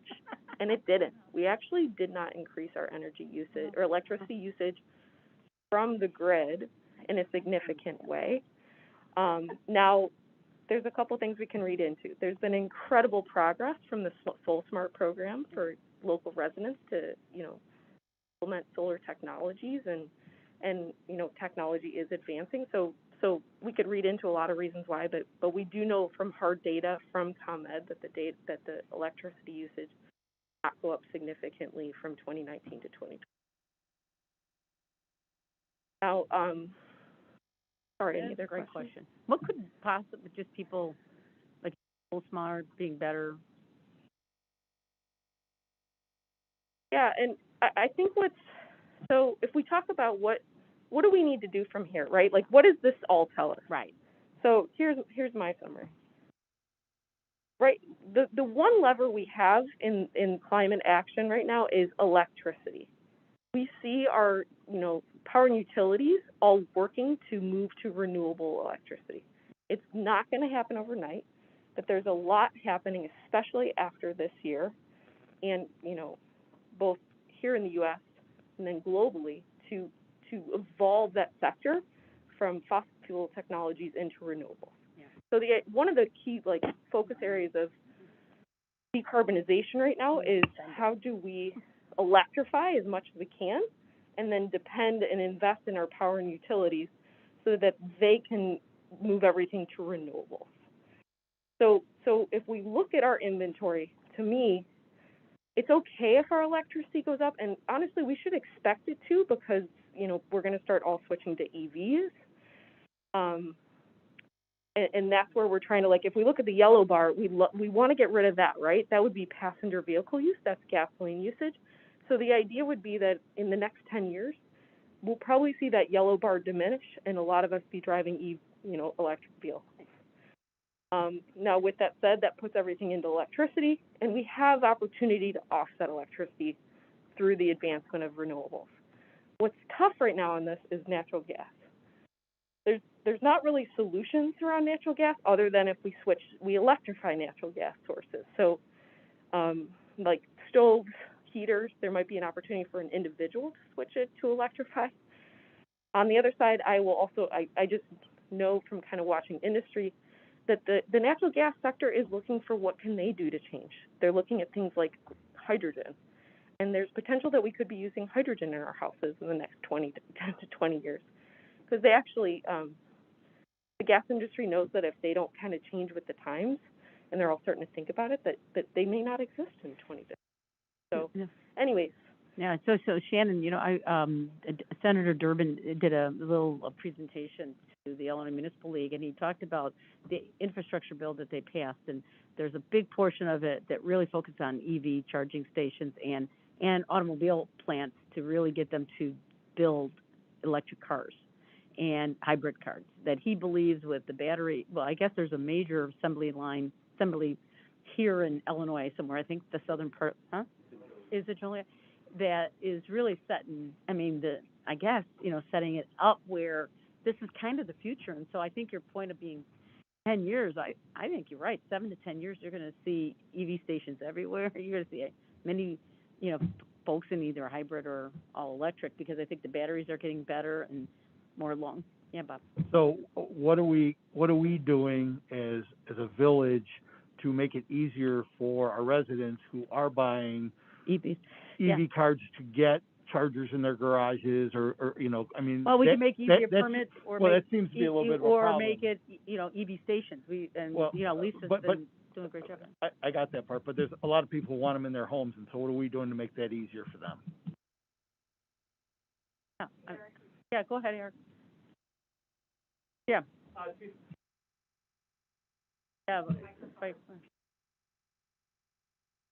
The two things that immediately come to mind is CEJA, which is the Energy Jobs Act that was just passed earlier this year. Right.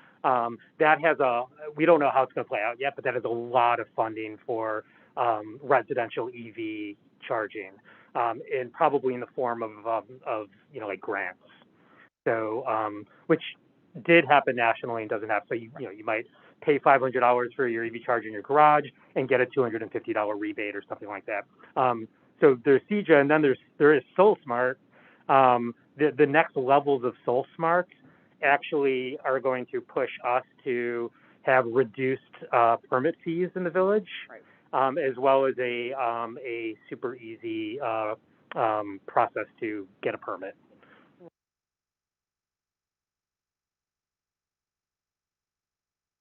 Exciting, actually.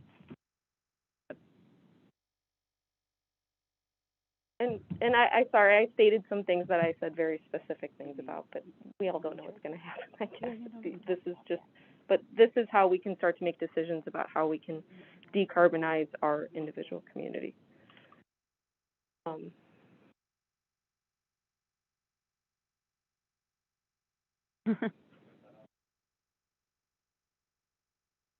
So really quickly, also excited to share that our overall water usage has decreased almost 100,000 gallons since 2009. So this is another thing to be very excited about, because not only do we have to focus on climate and our greenhouse gas emissions, we also need to be focused on the other environmental impact media, such as water. So this is just one to continue to focus on, especially We are expecting with climate, increased water risk. And I'll talk a little bit about, not immediately, and I'm not sure, but, that is something that the globe is faced with, and we see areas here in the U.S. already starting to face that crisis. So if we go to the next slide. River forest waste. So overall, our waste, this is just tracking our waste. You'll see the big increase, but it almost from a good way that, we are increasing, tracking, especially all of our waste that's being diverted from the landfill. We do see that orange, which is our total material to landfill, sort of stay in the same place. So kind of, it has reduced over time and then kind of seen its way back up. That's a continued area where we can focus to improve. So key takeaways, we are upholding our commitments to the Greenest Region Compact and the Chicago Climate Charter, and we want to thank you for your support in doing that. We've also met our Planet Green goals focused on especially energy, that we've exceeded our reduction of GHGs to 30% below 2007. We've increased renewable energy procurement by 25%, and we've increased community solar energy projects for institutions and residents. We need to continue our progress and not lose ground. And the key areas of focus would be through our community solar program, which is rolling out in January. That supports us with the procurement of renewable energy credits, as you saw, which was a great, huge way that we made that offset. We also need to continue to make clean energy options available and understandable for residents. It gets really confused. There's a lot of options out there now because this market is growing. So the Sustainability Commission has worked to make that understandable, and we need to continue to do that. And we also need to really look at ourselves as a village and look for how we can continue to implement energy and other greenhouse gas reduction projects in our facilities and infrastructure. So beyond that, let's continue to focus on also reducing water and waste impacts, because it all matters. And the continued next steps that will support us in climate action include advancing this greenhouse gas inventory. I would encourage you all to use it and think about it. It's really, now that we know where we're at, it should really be used as a decision tool. That's the idea here. Now we know where we stand and where we can continue to improve. So let's continue to do that. And then lastly, let's continue to leverage our Sustainability Commission strategic plan as a robust foundation for climate action. And we need to move, now that we've accomplished kind of our greenhouse gas emissions inventory, we also need to think through what our climate risks and opportunities are. So that means what should we expect as the physical risks from climate change, as well as what are the transition risks. So that means things like EVs. Do we need to be thinking through how we can help enable our community through this period of decarbonization? I think that's all we have today. Is there any last questions or comments? I mean, John just, said, we should look at our kind of our plan development review process to make sure that, it has sustainable components to it. And we absolutely agree. We talked about that, Lisa and Brian. And so we need to get there, because I think that will help more when people want to develop here, or people want to do something different, for us, I think. Yep, or helping us reduce. I would agree, and I think that's a big shift. I do work in the private sector. I think a lot of companies are looking that's an important part of how they do due diligence now, how they make decisions, because everyone's setting targets for their stakeholders, and in order to keep those, everyone kind of needs to do their part again, and that's a key part of criteria. I would just want to thank the Sustainability Commission for all of your work. It's a unique commission in River Forest. You do not only the work that the village board asks you to do, but you go above and beyond with programming and education and something like this. I don't know another municipality that has the resources that you bring, Shannon.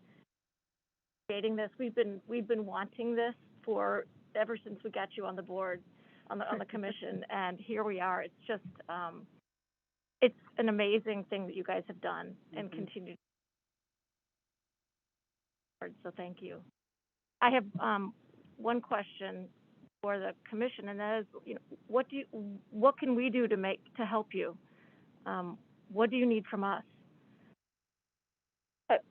I'll give.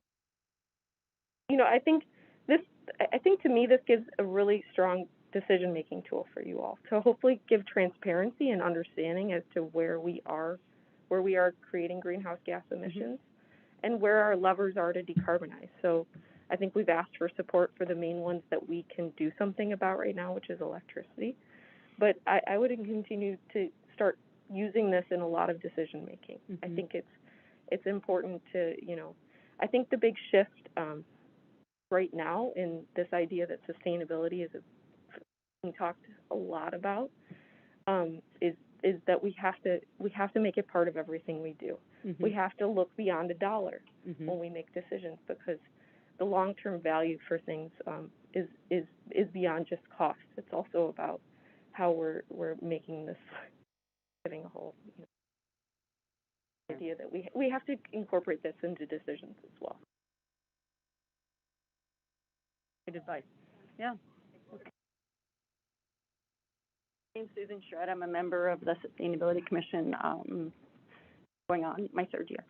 So I think one thing Shannon mentioned, the community aggregation program that's bringing in $36,000 a year for the village, that could be put into a dedicated fund, dedicated sustainability fund, as opposed to going back into the general fund and having to request. But that's what's done in Oak Park. And there's only so much a commission can do on a $5,000 budget, particularly when you look at the scope and the importance of what's being done by this commission. So that's one thing. Second thing I think is dedication, a commitment at the board level on having an actual climate action plan. And there's been some back and forth about whether or not we have a climate action plan. We have the foundations and the minimum requirement, which is, Shannon's amazing inventory and some goals. But we have to talk about how we're going to get there and have commitments on that part. Like, circling back into the conversation today, I mean, one way not to have a gas pump 20 feet away from a house is to electrify the village's force. And, I don't think anybody would mind having a plug next to their house. So that's something that just comes back to the current. And of course, that takes money, so it's going to take time as well. But at least a dedication and a plan on how to get there. So I would say those are two major things. But then on the kudos section, we don't really get a lot of credit for this. But if you go to the Plan of Green and the other meetings where 90% of the people are Oak Park, there's not really a recognition that we have met the goals and Oak Park has not. So Oak Park has a lot of slick marketing and all these other things, but we are doing the work. And I think the last piece of that is it's not enough to do the work, but we have to inform people. People should be proud of what we did, but they have to know that. So there's a lot of negative news right now, and just how hard this is and everything. So when you do have an accomplishment, and so I think we need to put some money into marketing. Yeah. And so those would be the three asks. Suggestions. They're all great suggestions.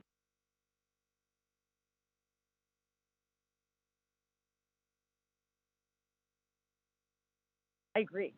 I got pretty websites, and we're like talking about it. It was so humbling being on that call.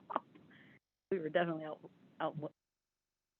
I just want to, Beth Chang, who's also a commissioner, is on the line. So I don't know, Beth, if you want to say anything. I didn't want you not to have a voice, since all of your fellow commissioners have.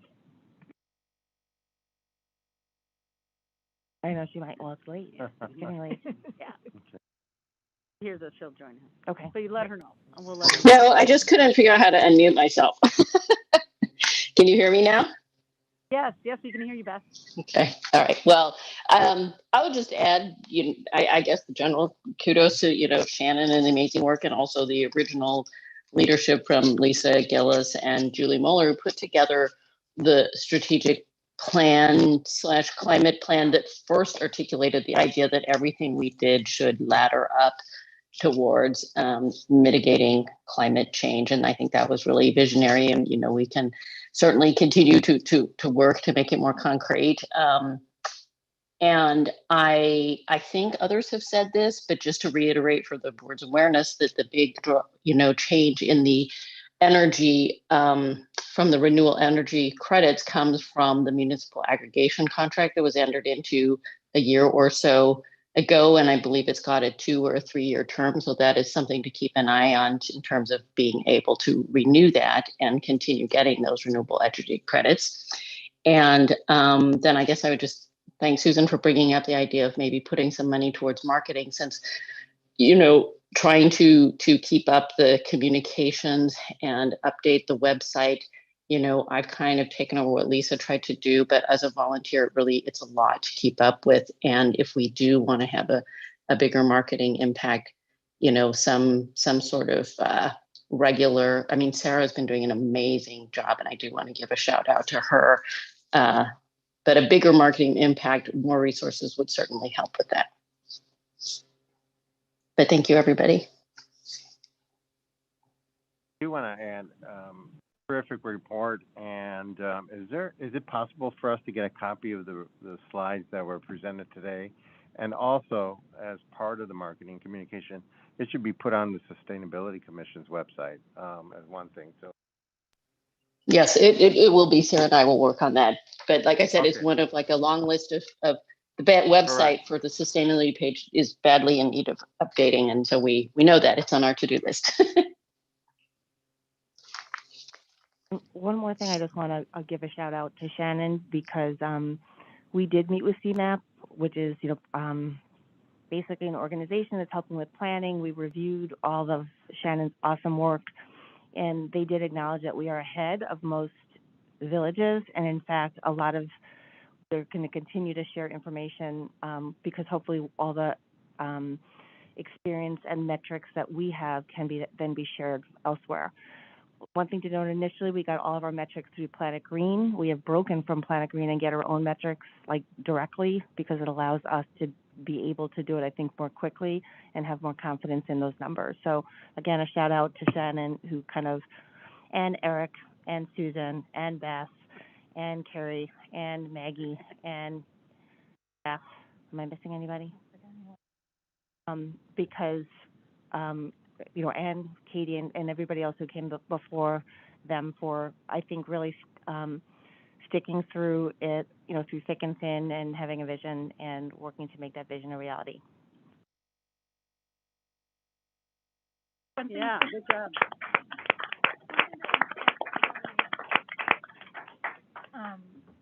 Made me think was,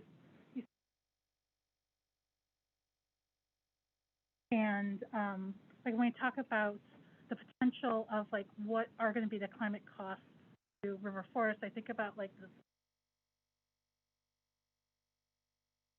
And that's not, we're like next to it, but we're not the only people, we're not the only community.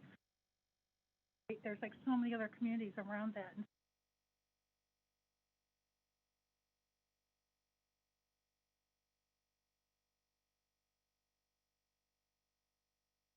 Planet Green.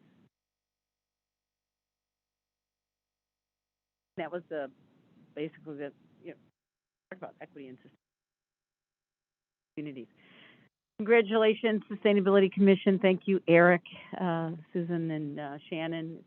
Good to see you, and thank you for all your hard work, Beth, and everybody on the commission. This commission started with a twinkle in Julie and Katie and Sue Guy's eyes, and it became this. So I think we've come a long way, and we made something of it, and we really put like our words to action. So it's all because of the volunteerism, if you will, of all of you. So I think you've kind of reinvigorated our thinking and our ideas about how can we make this not only bigger but better, and let people know, you know, what we're doing, which is a lot. Yeah, go ahead, Lynn. So I kind of went over this, but we are rolling out a community solar program in January. So I would just ask you all to look out for that, and also to advocate for it, because people have a lot of questions. And people ask me, they say, what's the downside? There's no downside. The only downside is you have to put a minimal little amount of effort into figuring it out. But it's really, you know, it's a win for the individual who's going to get a reduction in electricity rates, 20% reduction. It's a win for the village. It's a win for the economy. So it just, again, that's just marketing and getting it out. And personal goal to exceed Oak Park. So Yeah. I'm going to need your help. You got it. This is Beth again. Just Eric has toiled endlessly on bringing that community solar and the Soul Smart around, and so also want to thank him for that and his leadership of the commission. Yep. No, I know. I remember taking a tour of Eric's home and the solar panels. It was really cool. All right, super. Well, thank you, everybody. Thank you again. This has been great, and the board and I very much appreciate all your work. So with that, I'm going to move on to we get on to our next item, which is 9A. This is the appointment of Brian to the co-chair of the DEI committee. Motion and second. Motion to give advice and consent to the appointment of Brian Murphy as co-chair inclusion at. Second. Okay. For comments? Trustee Gillis, Yes. Trustee Bachner, Yes. Trustee O'Connell, Yes. Trustee Johnson, Yes. Trustee Brennan, Yes. Trustee Vasquez. Yes. All right, well, that concludes. We do not have an executive meeting tonight. So that concludes our Move to adjourn. move to adjourn.